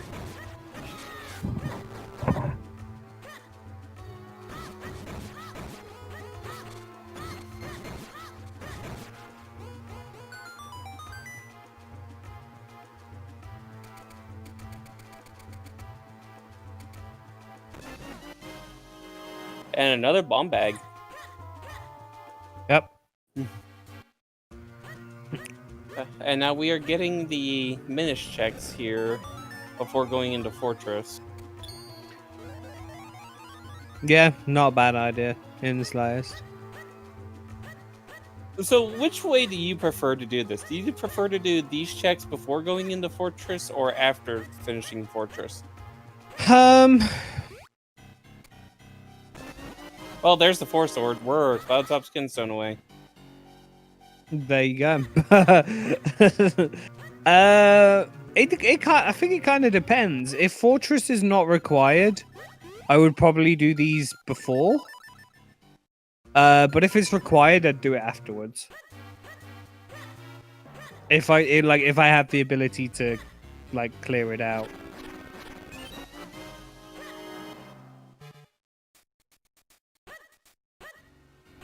Yeah, and there's a lot that could happen here in Fortress that can decide a lot. Like, as we said earlier, can we have the big key early, then go mode it and miss out on Cloudtop's Kinstone, or can we full clear it because big key's in the back and find Cloudtop's Kinstone along the way, which then would push Trent towards getting his cane. Yeah. Because knowing Trent, the moment he picks up that last Cloudtop's Kinstone, he's rushing probably straight to Palace. Yep. Now, one of the other things to note, Tubamann does have the Ocarina. So, overworld movement, Tubamann will have the advantage. But right now, with what Trent has, and what Trent has done, Trent might be ahead just by a little. Yeah, it's going to come down to basically when Tubamann goes back to Cloudtops and does in-ledge against Trent finding the last Cloudtops Kinstone, I think. Yeah, and the way clearing right now, when Trent goes to get the Cloudtop's Kinstone, that's actually, the Ocarina won't matter as much at that point, because with the Cloudtop or the Wind Shrine, you have an easy access back to town from Palace of Winds. So he will still be able to, he won't lose time going for places. It's just a matter of little seconds here and there that the Ocarina can bring to Tuba. Yep. But we are still, as we have key percent. The angry slashes at that chest. And Tubamann got eaten by Octo. Was not delicious, so Octo spit him out.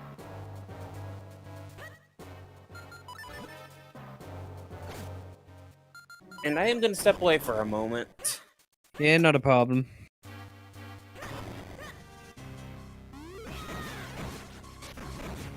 Yeah, that seems like a pretty safe assumption to say that it'll be came from go mode here. As we see the Tingle Trophy, which if that last Kinstone is behind the Tingle Trophy, then that's a whole different ball game.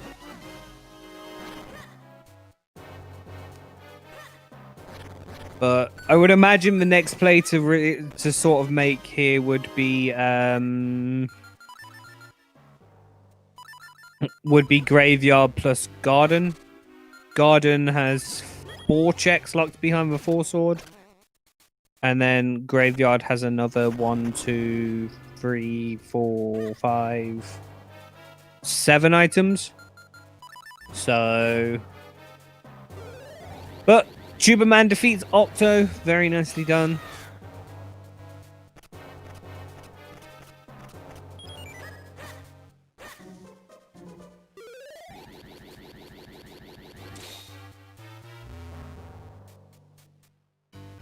And he's going back for that chest in or that ice switch.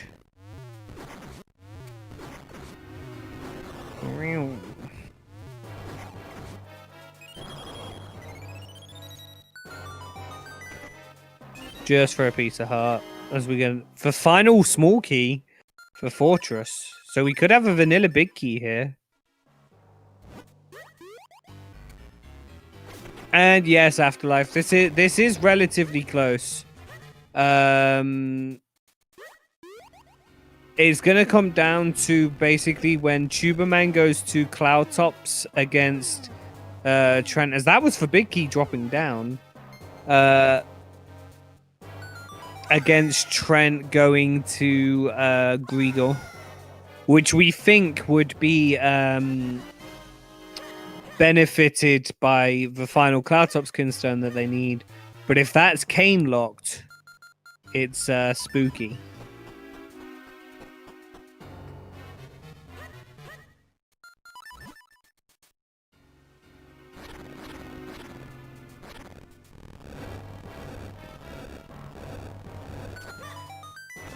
Where's Kane? Kane is on Griegel 1. Oh, and I see Trent has found the big key, huh? Yep, And I am back. it's the item that dropped down the tower Oh no. on the left side. And I see we still haven't found the last Cloudtop skin stone. Nope. But we did find Tingle Trophy. Ooh, that actually might push Trent towards Regal. Yeah. Actually, Well, the problem is you can't get it without the cane. So. Oh yeah, that's true. One thing I just thought of: we have not. All we've seen in Lower Bell Falls is the one, the Ruby Path. Our Cloudtop skin stone can be there too. It very well could be. Yep.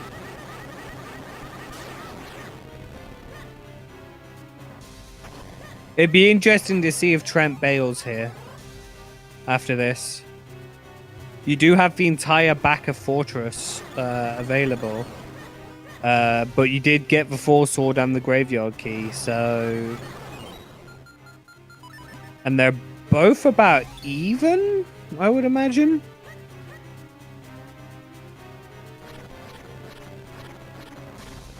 I would say in check clearing right now, Trent would be ahead. In overworld clearing, like being able to clear overworld and move around, Tuba has the advantage. It's hard to say until we find that last Cloudtop Skinstone. This is anyone's race. Yep. And if that last Cloudtop Skinstone is cane locked, then that could be Tubamann's way back in, as there it is. It is cane locked. Oh no. Not like this. It is 100% cane locked behind Griegel. Sadly, I think I just called that too, because I'm like, yeah, the Cloudtop Skinstone could be there at Lower Vale Falls. Yep. But the one thing right now that is actually holding back Tubamann, which I think he's about to do it, is there's 2 Cluster Wild Kinstones in Cloudtops. Yep, as here is that play right now. Where was the third one again? Hinder Sledge. And it looks like Trent's going back through to clear. Yeah, so we'll pick up the 2 here. We'll hopefully go town, get that there, and then it's going to be very interesting here.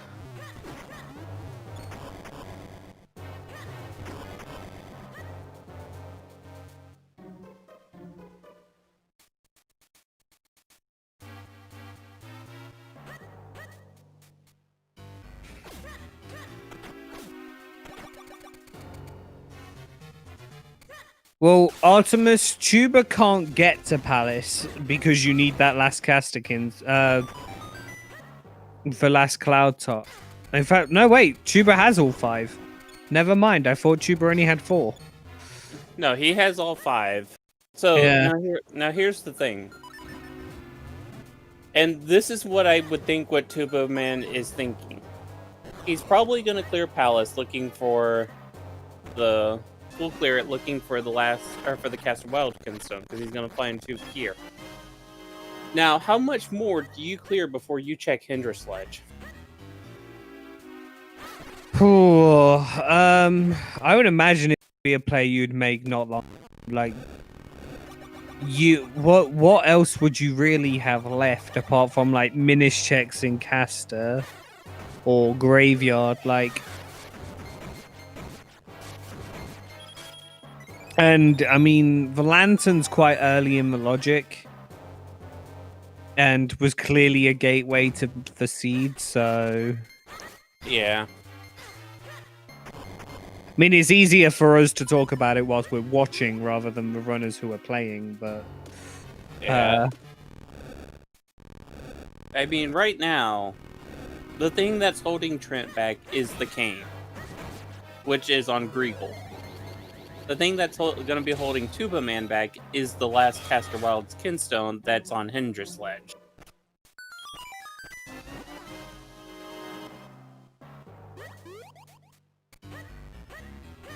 Also, shoutouts to Fortress of Scrolls. Because I think we found like 3 scrolls here now. According to Trent's tracker, we've seen 2 because he came in here with 7 and has 9 now. Okay, so 2, but Fortress of Scrolls is still a thing. Yep. Unfortunately, not Fortress of Gomurge.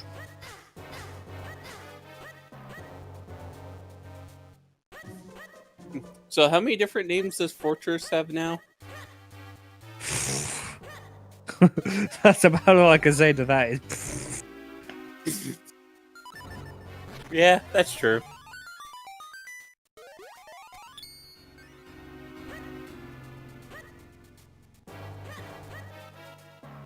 And we're on our last check here in Fortress now for Trent. Ooh, that was a little scary. I thought he was gonna get grabbed. Yep, no, that's a speedrun strat. You don't want to do that in this before you get the BK chest. So, what will this chest have? A ruby. Yeah. And angry slashes. Yep. I did say this was Trent's bogey play, so finding out I had nothing would have been annoying. So, in Trent's shoes, do you full clear the rest of Caster, or do you go towards Regal? Well, this is the thing I was just thinking about. Did Trent push for Boulder at the bottom half of Western Woods? You know, the one that links to South Hyrule? I think he did. I think that's where he's going now. Because if he did, he's about to get this cane. Nope, he's gonna full clear. Okay. I mean, it makes sense because without Ocarina, you're not coming back here, so you might as well full clear and get it out of the way. So you're not coming back.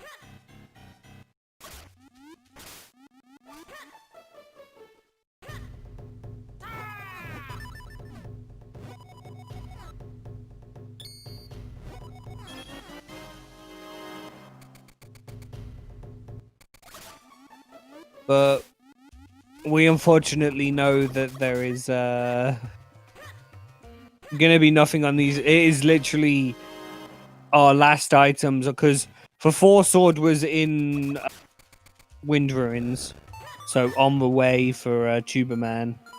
But it is literally Greagle versus Hendra Sledge.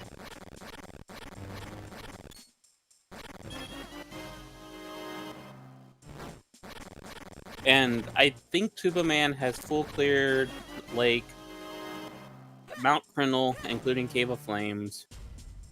Now, he could take the Gush Jar and go back into Deepwood. That is one thing he could do. That's one thing both runners could do. Mm-hmm. Let's see. Outside that... No, I think they basically both full cleared the seed except for Town. Yep, well, we're seeing Palace here, so...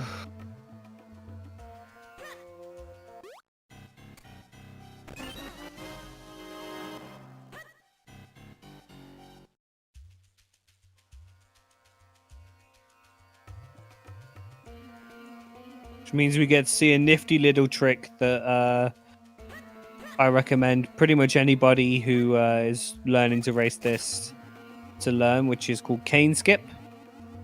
Here in a second. There are many different setups for the trick. I know there's a very beginner friendly one been put in the Discord by Myth. And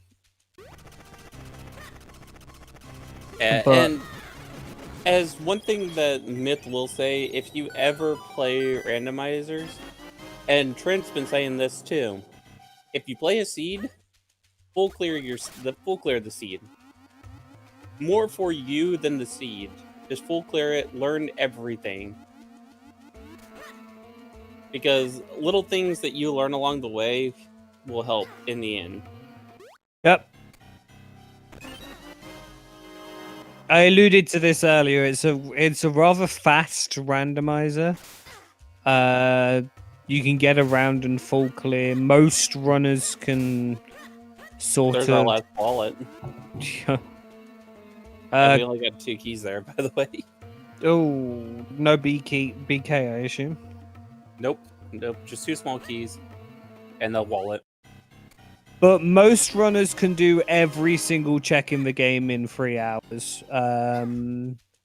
Which, with the faster movement, with the faster movement you get in this sort of game, it really does help.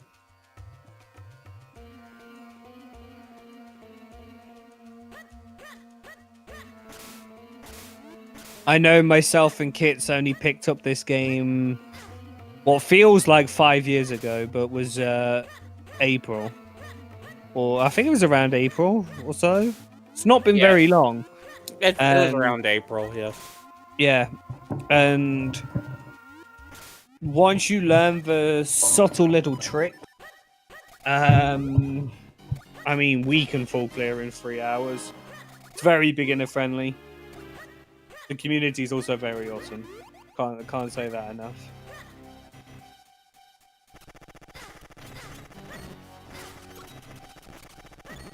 Yeah, it was April. Yeah, because I remember... for me and Trent, it might have been a couple of weeks before, because I think we started playing it and then we got everybody else into it from the Scrubs community of OOTR.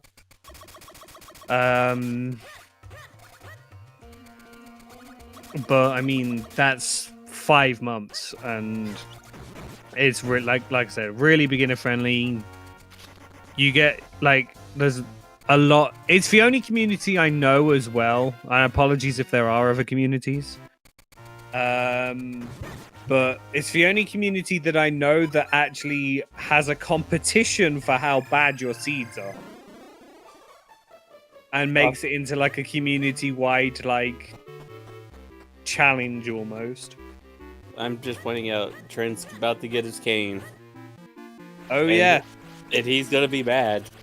Be prepared for those angry slashes.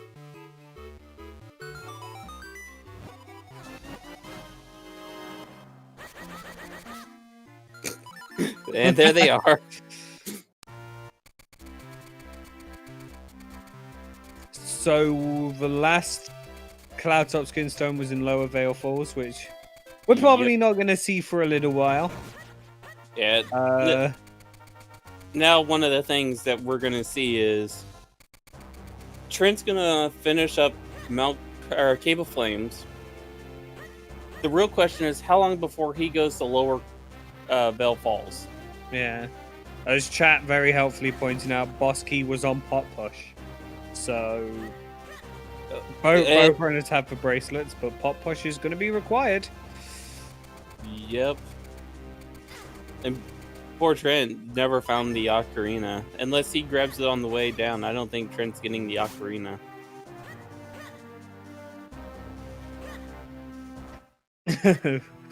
Hendrix, when is it a TMCR about key shenanigans for Palace?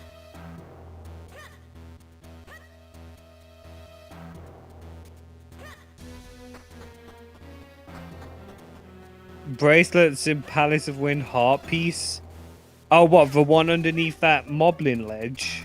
That's oof.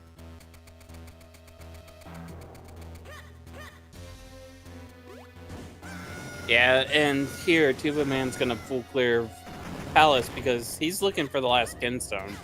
He does not know where that Kinstone is. Yep.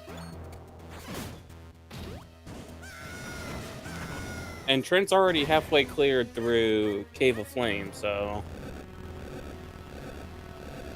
Now it's just gonna be how fast can Trent get over to get his Cloudtop Skinstone. And then from there, he can go mode Palace of Winds. Yep. Palace of Winds and Fortress of Winds are probably the 2 fastest dungeons for go mode outside Deepwood Shrine. Because Deepwood Shrine, you could walk in, get boss key, and you're gone for go mode. Whereas Cave of Flames, it's a linear path. So you have to find the 2 small keys to get to the back. The Fortress of Winds, you could easily get the boss key on the first chest, and then you're in and you're out. Palace of Winds is somewhat linear. Temple of Droplets, Forest Temple. Yeah, well, this is going to be the remote bombs. That's 6 key locked in Palace of Winds.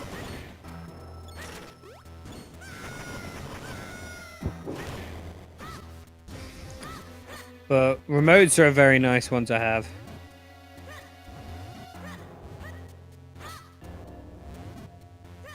The thing of it is that the Force Sword is sat in the Minish checks of Wind Ruins. So if Tubamann goes and does them before going through through Fortress, apologies, then it would come down to just getting the big key on the left-hand falling key check. But if Tubamann decides to do Fortress first, we may see a full clear, which then would neutralize Trent's full clear of Fortress from earlier. And then there would be that minor difference between go moding to this, because you don't lose that much time from full clearing to go moding. Yeah, and one of the other things is Tubamann is technically looking for 2 items. He's looking for the Casterwild's Kinstone and the Force Sword. So he's going to keep clearing until he finds both. Whereas Trent's just missing the Cloudtop's Kinstone.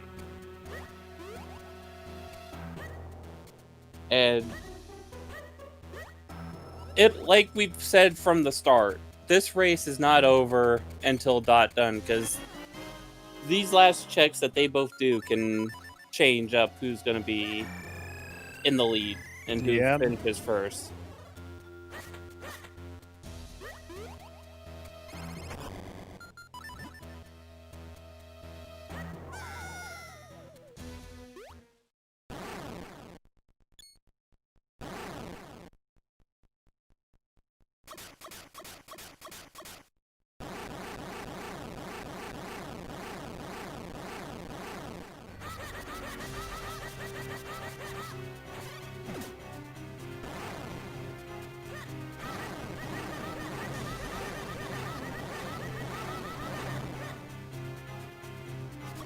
And I guess one of the other things we should mention, Tuba's had the Ocarina since the beginning of the game almost, with the finding the shield in Cave of Flames and getting it from the business scrub by Western Woods. So Tubamann does have a faster overworld movement right now, whereas Trent just has boots. So that can also factor in a lot too. I don't know if it's been that much of a factor as of yet, though. Like,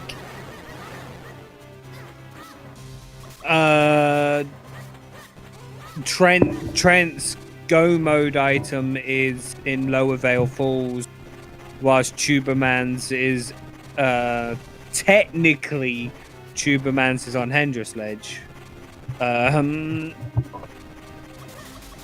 So, and I kind of agree with Artemis here in the chat, who said it's going to come down to Vati, because it very well could. Palace is a long dungeon against Fortress that is a rather short dungeon. I almost think that with Trent getting the graveyard key before the Cloudtop's Kinstone, maybe tempted to do Royal Crypt, because it's right next to Mount Crenel. But you never know. You never know. As Gleerock is down on Trent's end, and Tubamann will be getting to Georg very shortly.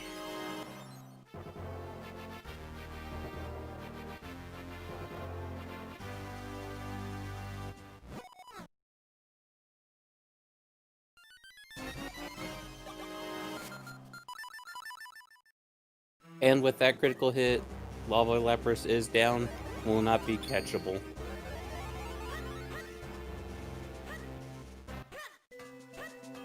Just gotta make a shout out to Trent naming Lerock Lava Lapras, as a lot of people do.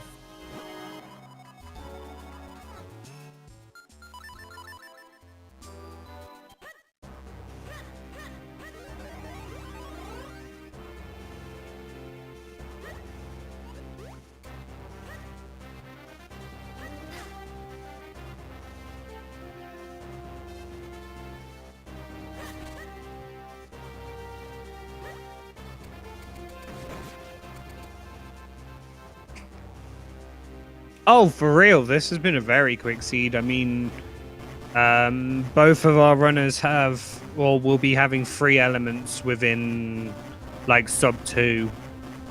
And with the latest changes, having DHC Boss Key be anywhere in DHC,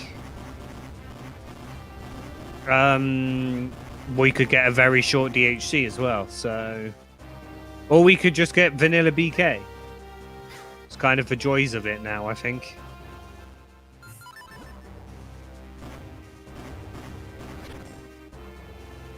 As Tubamann managed to get 2 frame perfect tricks there,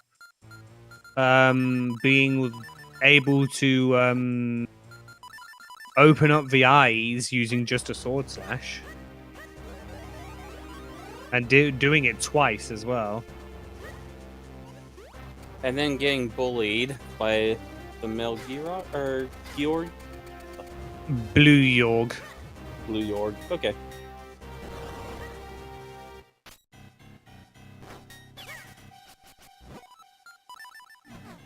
The dive bomb across the eyes, interrupting the spin, setting up for the spin. Oh, Getting dive bombed again.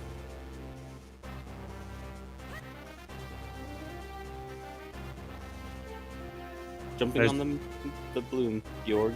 Yep.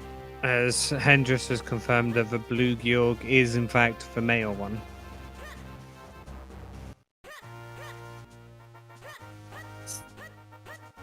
And with that spin, we have Georg down. Yep. And Trent's picking up the ocarina here.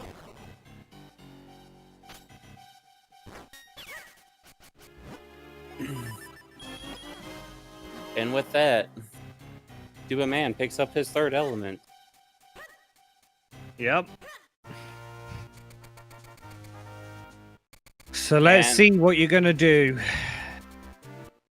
We're checking Yari. Yeah, if you have all the pieces, I feel like you definitely need to, right?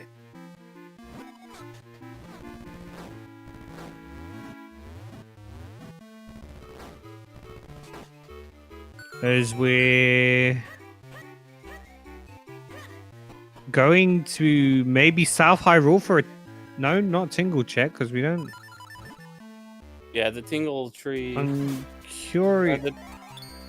Is this an Orphan Fairy play? It is. I thought Tubamann did Orphan Fairy. I guess not. I don't think so, no.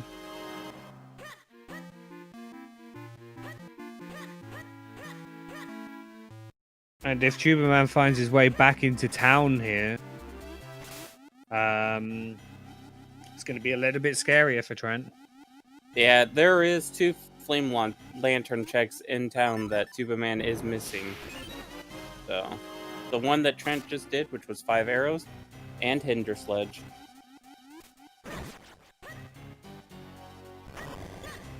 As we're seeing the Farmer's Mitts Cave, which I swear never has anything. But the ocarina, we are going to Caster. Here comes a full clear caster. So this will give Trent time. And it looks like... Oh, this is a... Garden check. Garden check. Yeah, with getting the cane late. Yeah.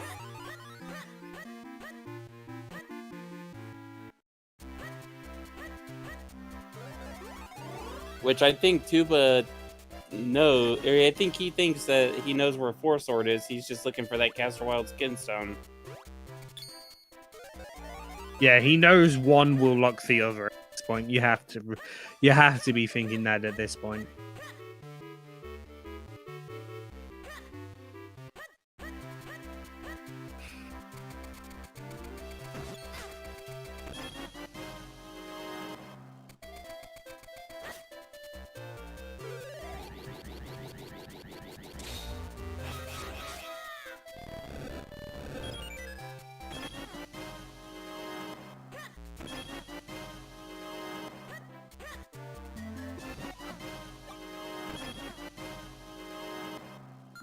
And with Garden having nothing, where is Trent going now? Is this a fountain play? This is the fountain play. Yep. Yeah, I think just making sure town is completely full cleared and not having. Neither of them have done chickens. I wouldn't be surprised if we see a chickens play here from Trent, because it looks like he's clearing out town completely.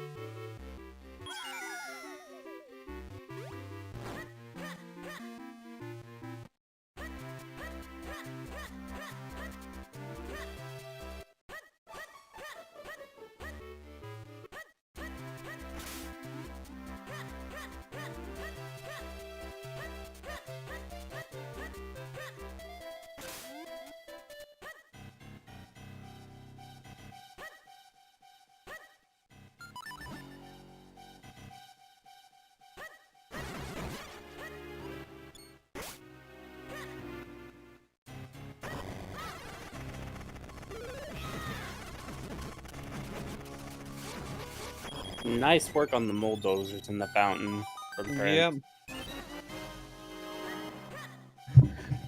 Oh, Yeah, I we are think- getting a look at hiking too. I think neither runner are going to be happy when they find their item that makes them in go here.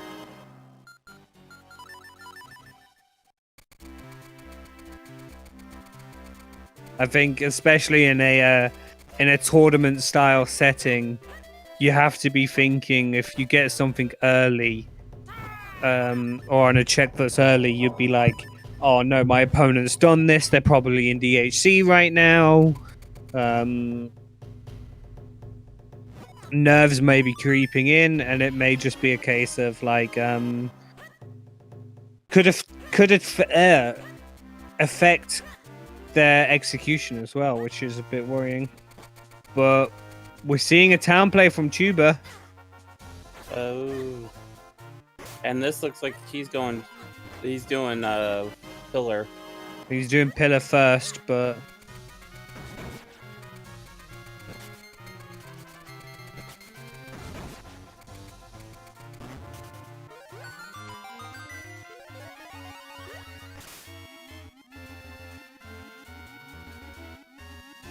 and Fortress is arguably shorter than Palace, so And their split gauge.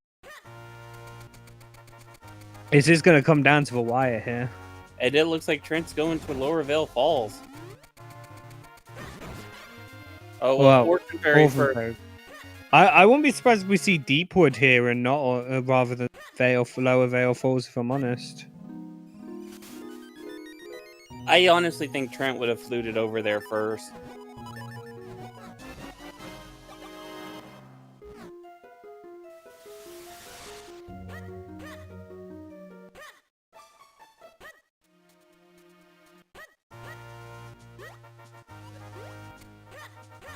And this, oh no, This is a Hendrix ledge.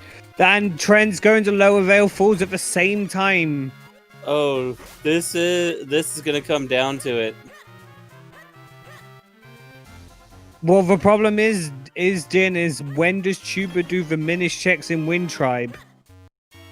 because that Yeah. is literally what it's going to come down to. And We've got a and- race. Yeah. Do you remember the small key layout for Palace? I do I think- remember Big I Key think- being on the pop push. Yeah, big key was on pop push, and I think they had 2 small keys when they got to the big door. So you would need to find 1 more. I know there was 2 at the Ruby Path with a wallet, and that Helmasaur is telling Trent no. Yeah, and I think there was 1 on Moblin Cage as well.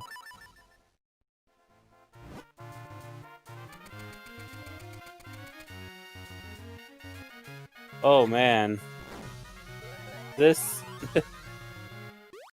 this is a race.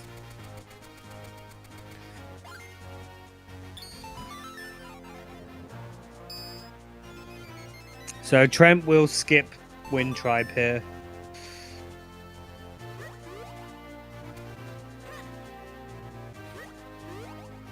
Yeah.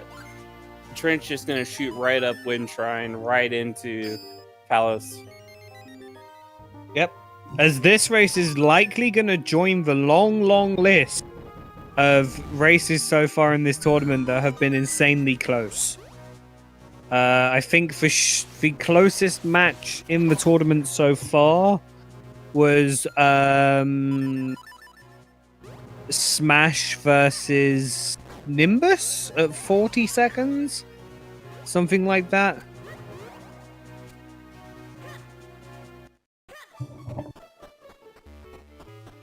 And Tuba just found the graveyard key, and he's like, oh no.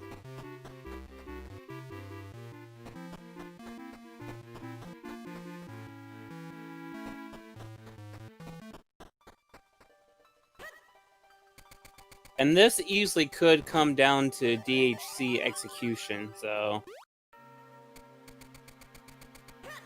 Yeah, we could have a race decided by Vati 2 here. Vati 2 is usually the claimer of finish times. One of the things, though, is it's not much of a difference in time, but Trent does have split gauge scroll, so that can help save time in DHC. Not much, but it's still... Yeah. For every split that you have to do, that is, like, what, 2-3 seconds? Yeah, I would imagine Tuba would need for 4 sword about the time Trent gets through the big key door.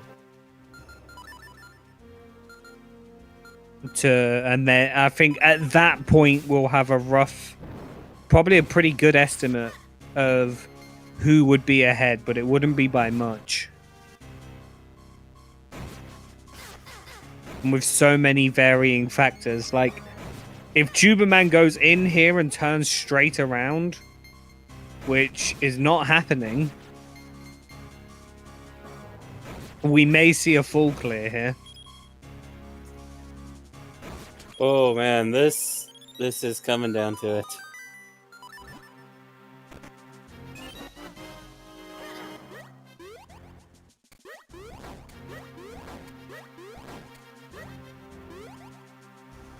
And there's the Lone Key.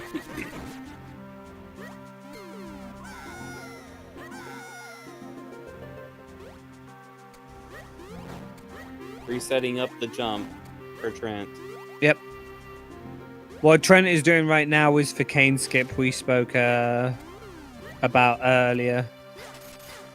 Basically, it skips the entire loop to the right, which allows you to get onto that platform earlier, which means you don't actually need for Cane to beat this dungeon. Just everything past the cape chest is out of logic without Cane. Finds the Tingle Trophy and is going, oh no, even more.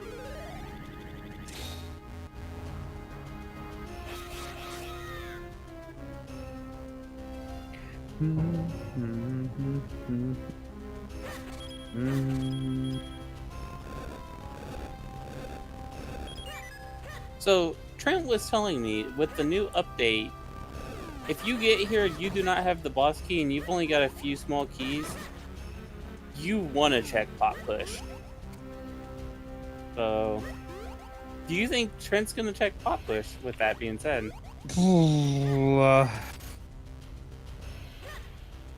I mean, without the big key, you don't skip it. Yeah. I feel like you only skip big pot push here if you already had the big key.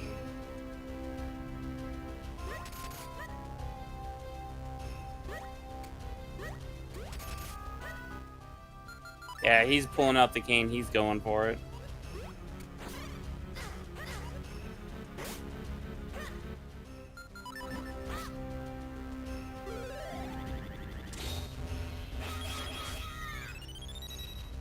As Tubaman's about to pick up that big key from Azal.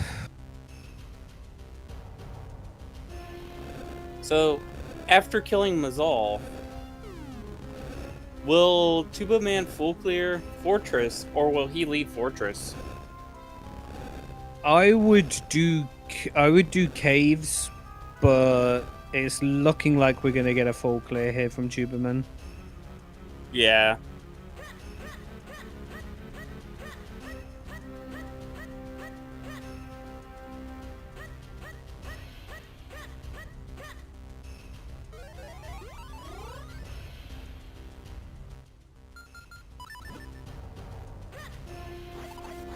Yeah, and both runners know that, or must be thinking at this point, the other person's in go mode. How far ahead am I? How far behind am I? And they're probably both psyching each other themselves out. So, yep. Tuba would not have forgotten about those caves because I can see from their stream that they're using the map tracker.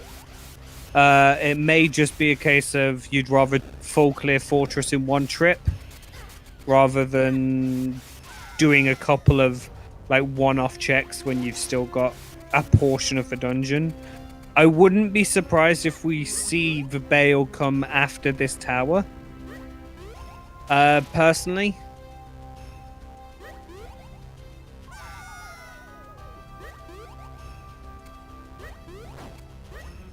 Trent trying to do swag jumps. Well, when I say the Bale, I mean obviously after Mazal, but you do this tower, you don't touch the back. But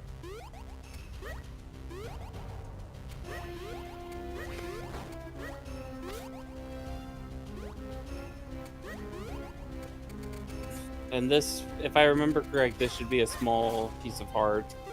So it won't be a key that Trent needs. And if I remember right, there should be a small key in the dark room. I think there is also one on the cracked floor chest. I don't know the name of it, but the one where you have the switches and the P-hats. Nope, that was the compass, so... No, I think it's the other check in here. Yeah. Okay. But I do remember the small key on the P-hat one. Oh, and he's gonna do the whiz robe or the upper dark chest. But got caught on the skull.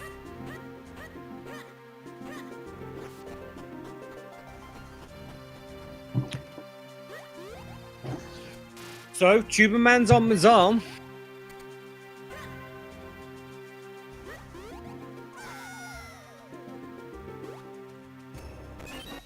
There's the small key. Trent's gonna... Trends and go now. Yep.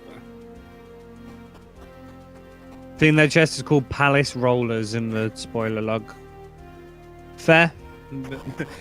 Makes a lot of sense. Can't argue with that one.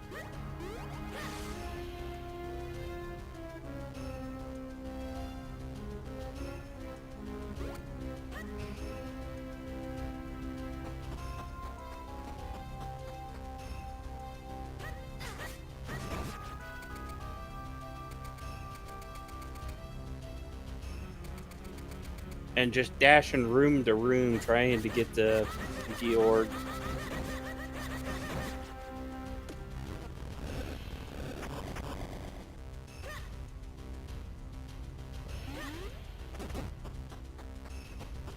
Are there any plans to do a co-op race where one person has the log and one person is playing? I believe that was a Variety Weekly not so long ago. I think a couple of months ago. Trent getting hugged. Yeah. For those who are new to the racing scene, every I want to say every Sunday there's a weekly race that is ran on standard settings, but basically tournament settings plus traps. There are no traps in a tournament. And then the third Sunday of every month, there's a variety one. So the one that happened last weekend was just a straight up co-op, I believe. I think it was still standard settings, but it was co-op. Correct me if I'm wrong on that one, but And Tubamann is doing the Minish checks. He will have his foreshort shortly as Trent is entering Georg. Yep, so Tubaman's going to have about a 20-second lead here. Probably not even that.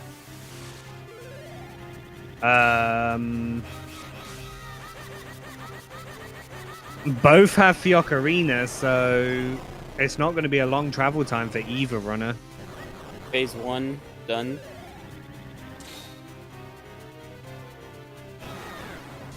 Phase 1.5 done.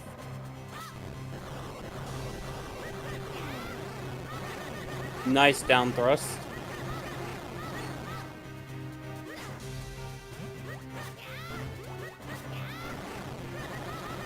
Another well-placed down thrust. Phase 2 done.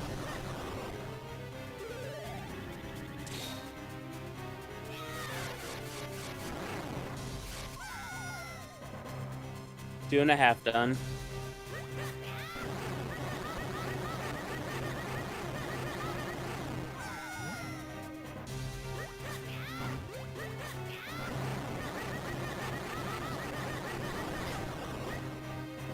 Phase 3 done.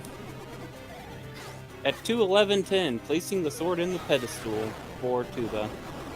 Yep. As Trent is having an amazing Georg fight. And That was Georg is very down. clean.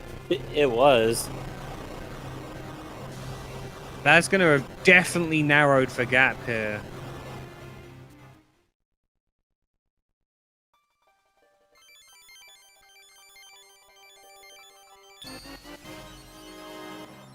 Yeah, this will easily come down to body and who finds the big key first.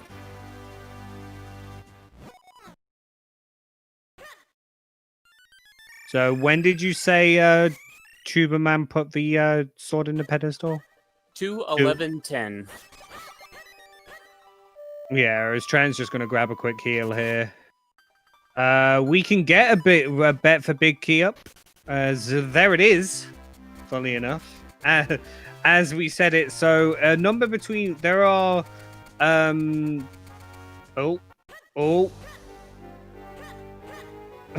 so there are 9 checks in DHC. We'll be going off Tubamann's checks, so from 1 to 9. Hopefully the bet can be up just before Tubamann does his first check here.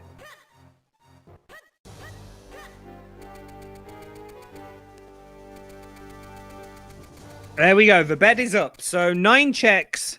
Which one's going to have the boss key? We'll go off Tubamann, as I said. So with the king here being number 1. About 1 minute and 45 seconds behind for Trent. Definitely a Vati 2 gap then. Because we all know how Vati 2 RNG likes to act. We all know how Body 2 likes to troll.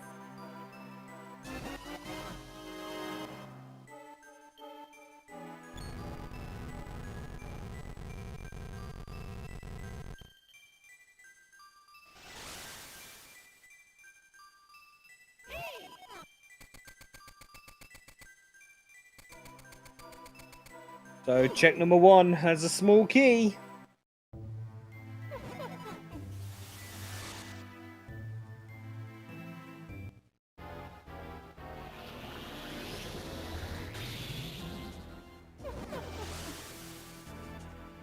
And there's the item for the dungeon. Wait, you mean it's not a Gustia?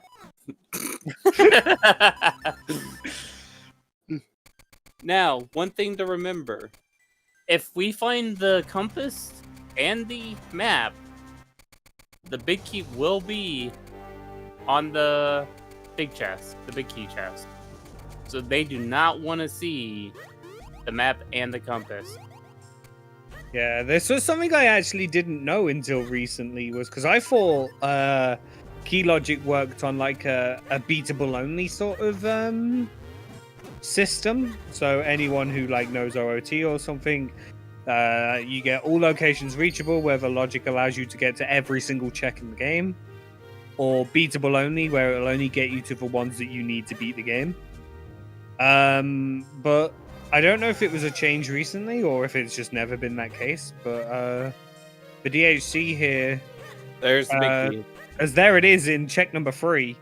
So And from the new way that DHC is ran, I don't think Trent's getting that right away. nope. As Hendrix did in fact get that correct. So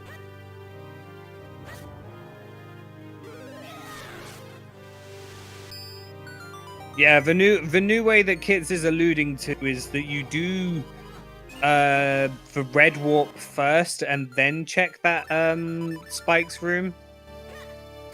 Because it's actually quicker now, because you're not forced to get 4 small keys for the big key chest. But from here, Tubamann can just go mode straight through, not touch any of the towers. It's my hands down favorite change of this randomizer. And a very nice Darknut fight from Tubamann. You're very clean.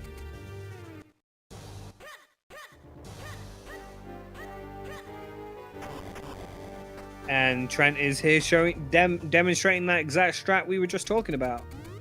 So might lose out.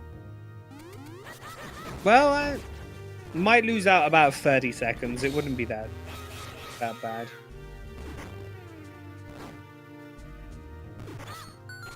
Yeah, so the main things that can change right now is the fight between the Darknut, the 3 Darknuts, the Body 2 fight. Those are the 2 big deciding factors right now that can change this race.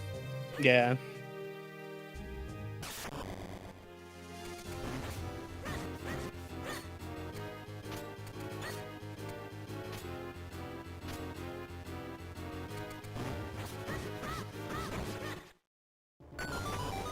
And another very nice Darknut fight there.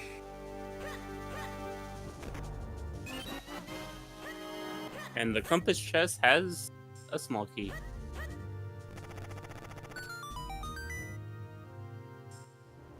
So I believe that means that BK chest would have a map or compass, right? Correct. Not that we'll see it, but it just will have it. Yep, which would mean that it would be at 3 towers.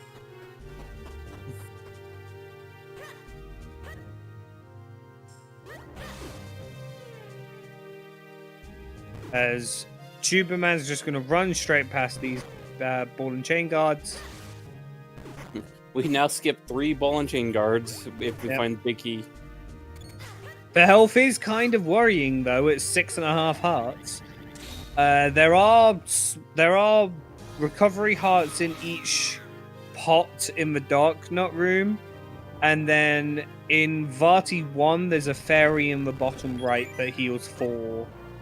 So I wouldn't be surprised to see something like that. And I think the Darknuts take what, 3/4 of a heart every hit? Or do they take a full I heart? think the black one does more damage.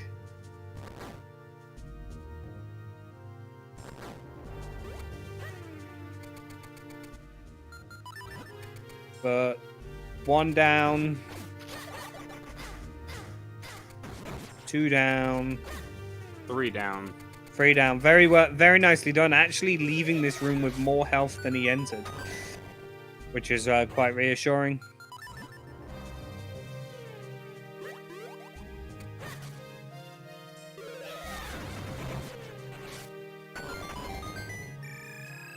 And then Trent's gonna go back with the big key now.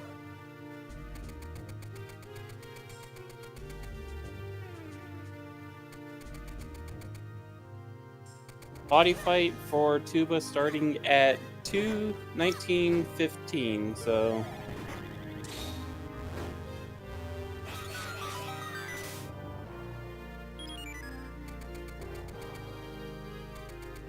Yep. Still anyone's race. I know that Trent has done some speedruns of this game, so we'll definitely know the quicker strats. But a very clean Varty 1 there from Tubamann. Now here's the deciding factor. If this goes cleanly, it may be GG. But Varty 2 is quite the troll.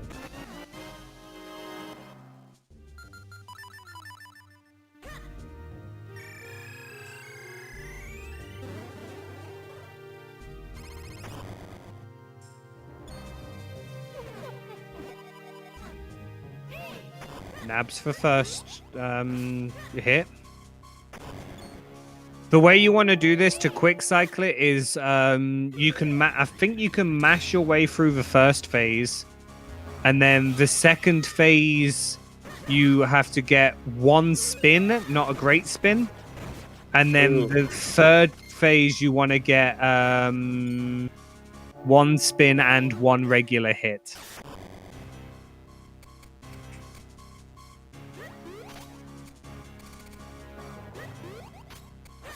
As two phases of Varty 2 are down. It's looking quite nice here.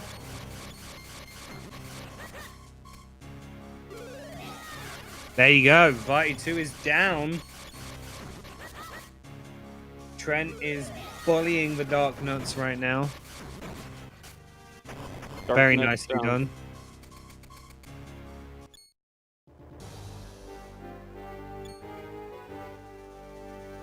So what time difference are we looking at here, Kits? it looks close to about another minute and 45 almost. So it just hasn't changed. I think I said 45, didn't I, on the first one? That sounds about correct, yeah. So now it's right at 2 minutes. So it's at 2 minutes now, you say? Yeah, so going to the Red Warp to go get the boss key kind of lost Trent 15 seconds there. Yeah. The thing is it's one of those where if that didn't have the boss key, it would have saved some time if the one by the red dog nut had the boss key, but yeah. And nice kill by Trent on body 1. Yep. As Tuba's knocking down those hands in V3. I think that's the last one, so just for 4 eyeballs here. And has pulled out remote bombs. I think we're going to see some remote bomb strats here. And Trent doing a down thrust. Well placed. Yeah, And beautifully done.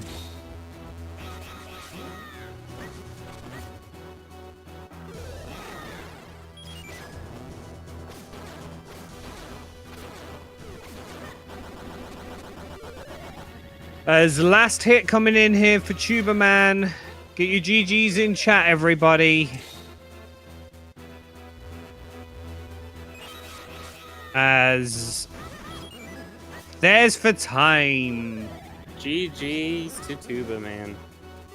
GG's. Very nicely done in a time of 2:23:22.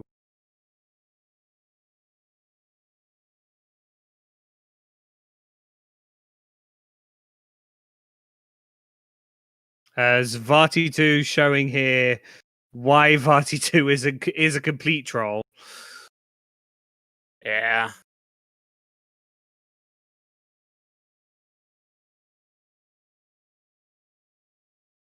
And has a nice finish up on body too.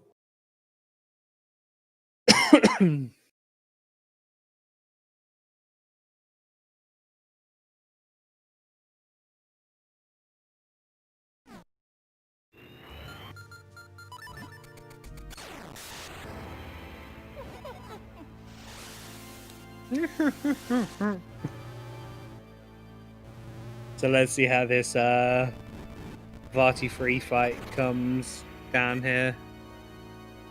I'm sure we'll be joined by both the runners for an interview after this. So if anyone's got any questions, feel free to pop them in the chat.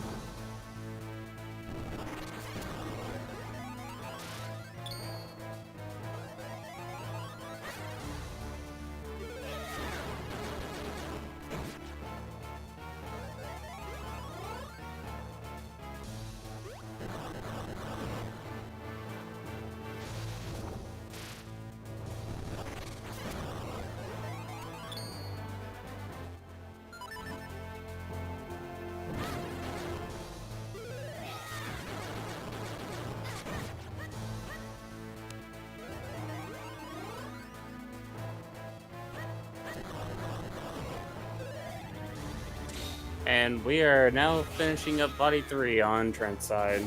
Both arms down. Now we play a little bit of tennis. Yep.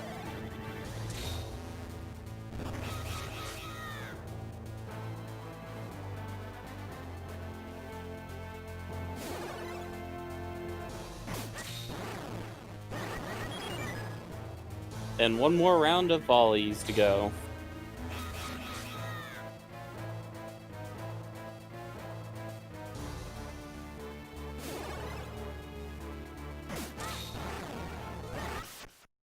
Yep. There we are. GG's Trent. GG's indeed. As Tubamann and Trent have now joined us. GG's for both of you. Thank you very much. GG's.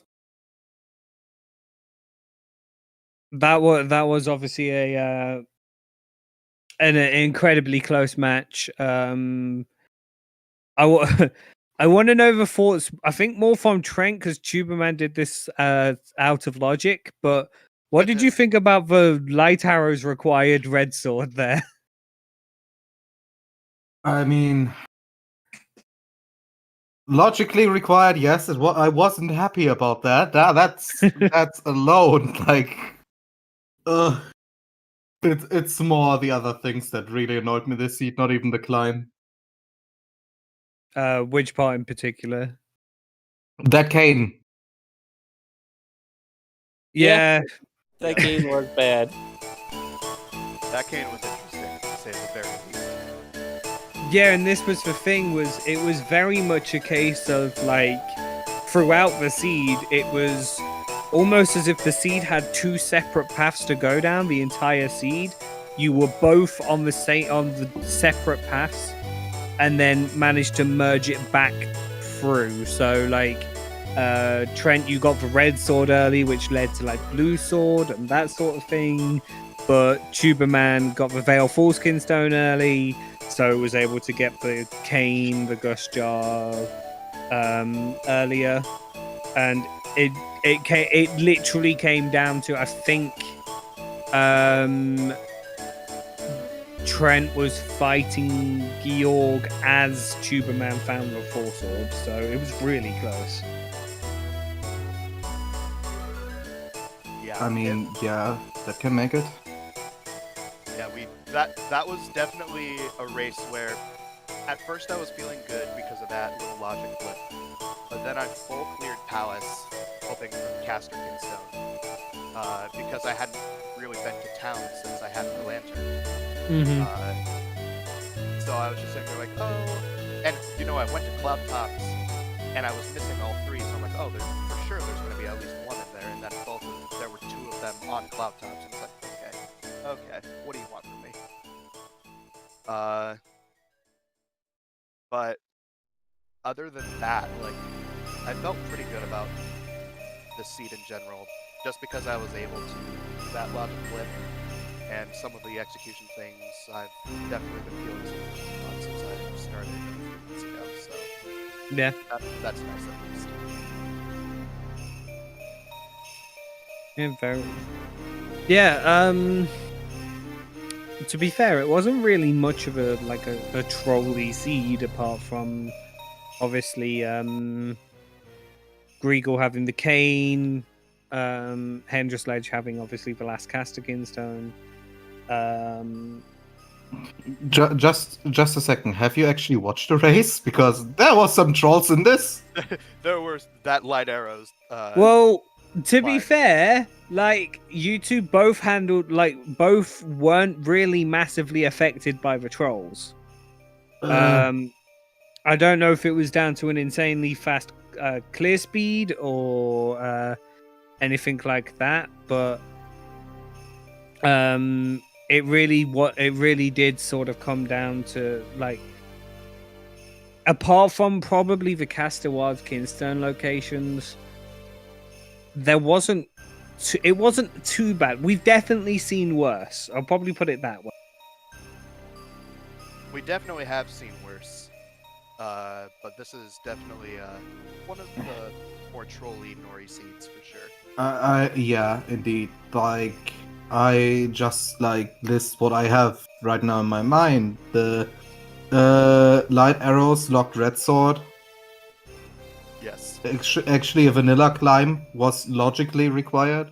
Mm-hmm. The gust jar locked behind Deepwood Shrine, behind all 4 small keys. Yes.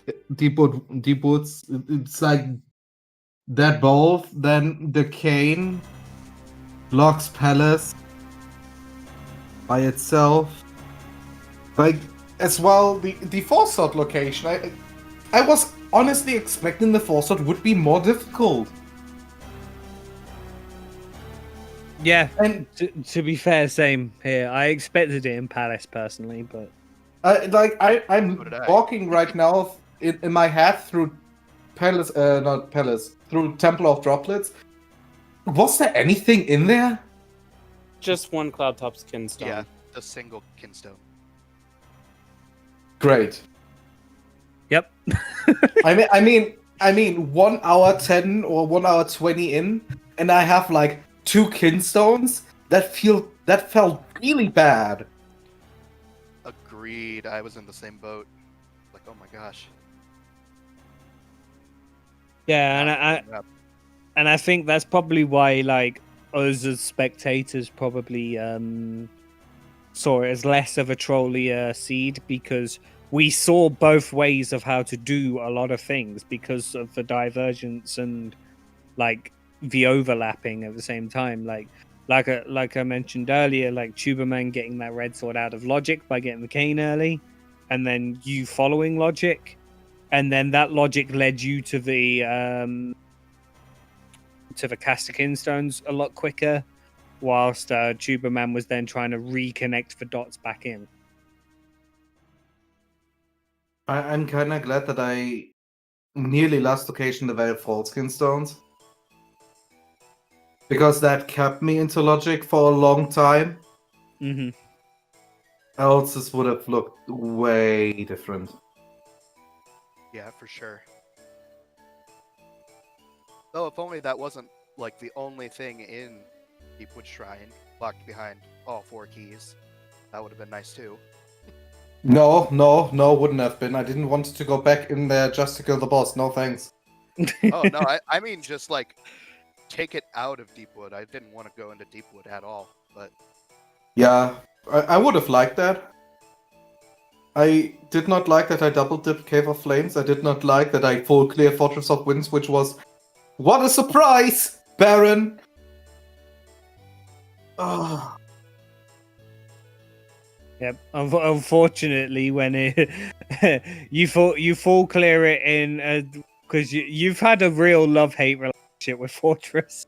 I hate that dungeon. Like it's by far the worst dungeon for me at all. Like if I full clear it, nothing is in there. If I skip it, everything is in there. It's Yeah, it's one of those, isn't it? It always seems to be the right play when you don't make it. True.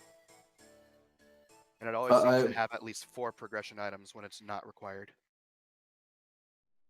I really hate though that like Gregor had the stupid cane. Okay, I understand. Old man has a cane. Yeah, okay, maybe I can get it that way. But like, oh, especially where that stupid Gastra was in Courtyard. Like I was happy when I found it, and I was also like, great. What did that unlock?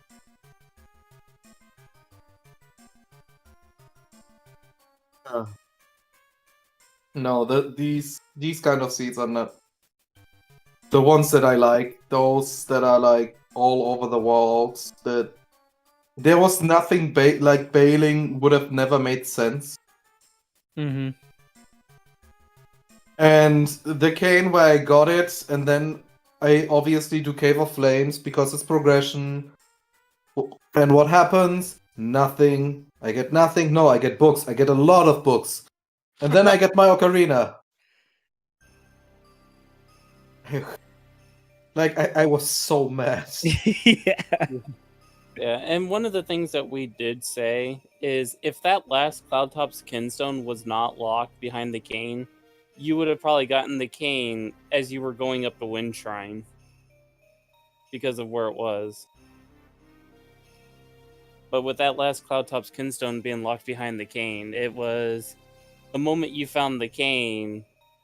If you went straight to Lower Zell's Falls, you would have been in go mode a lot earlier too. Yes, about 20 minutes earlier. Yeah. That was for sure something very interesting.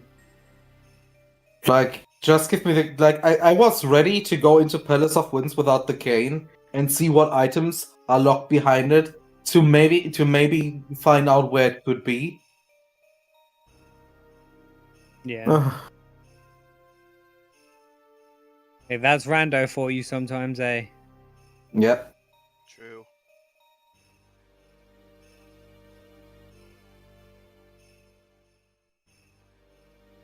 Yeah, I don't know if we've got any other questions here.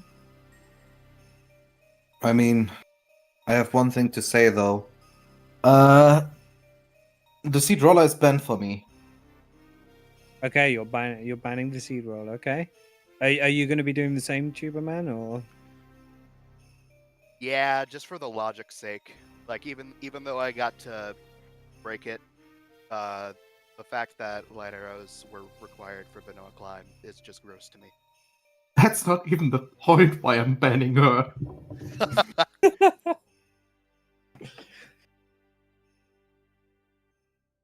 But there you go. Two runners who are looking to ban the seed roller. Always and forever.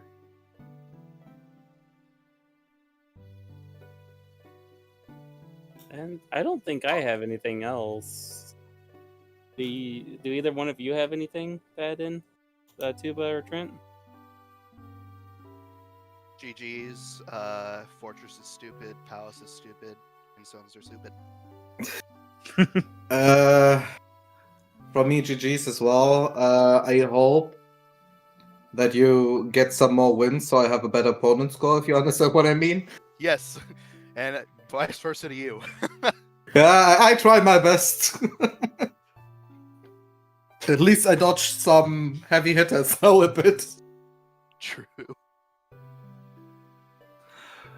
All right, GG's to the runners. I don't know if we're doing a raid. I don't have a way to set up the raid. I think Cubs is around. But GG's to the runners. Thanks to Kits and STG Sean for commentating. And didn't Pank for tracking. I think is it Pank? Okay, I'm sorry with names. I don't have a way to do it. Is the thing. Is more of the reason I can't set up the raids. But yeah, I think we're all set. Then we'll head to the end screen. Thanks for stopping by, everybody. I don't know if I have to say anything else. So yeah, take care, everybody. See you later. Bye. See ya.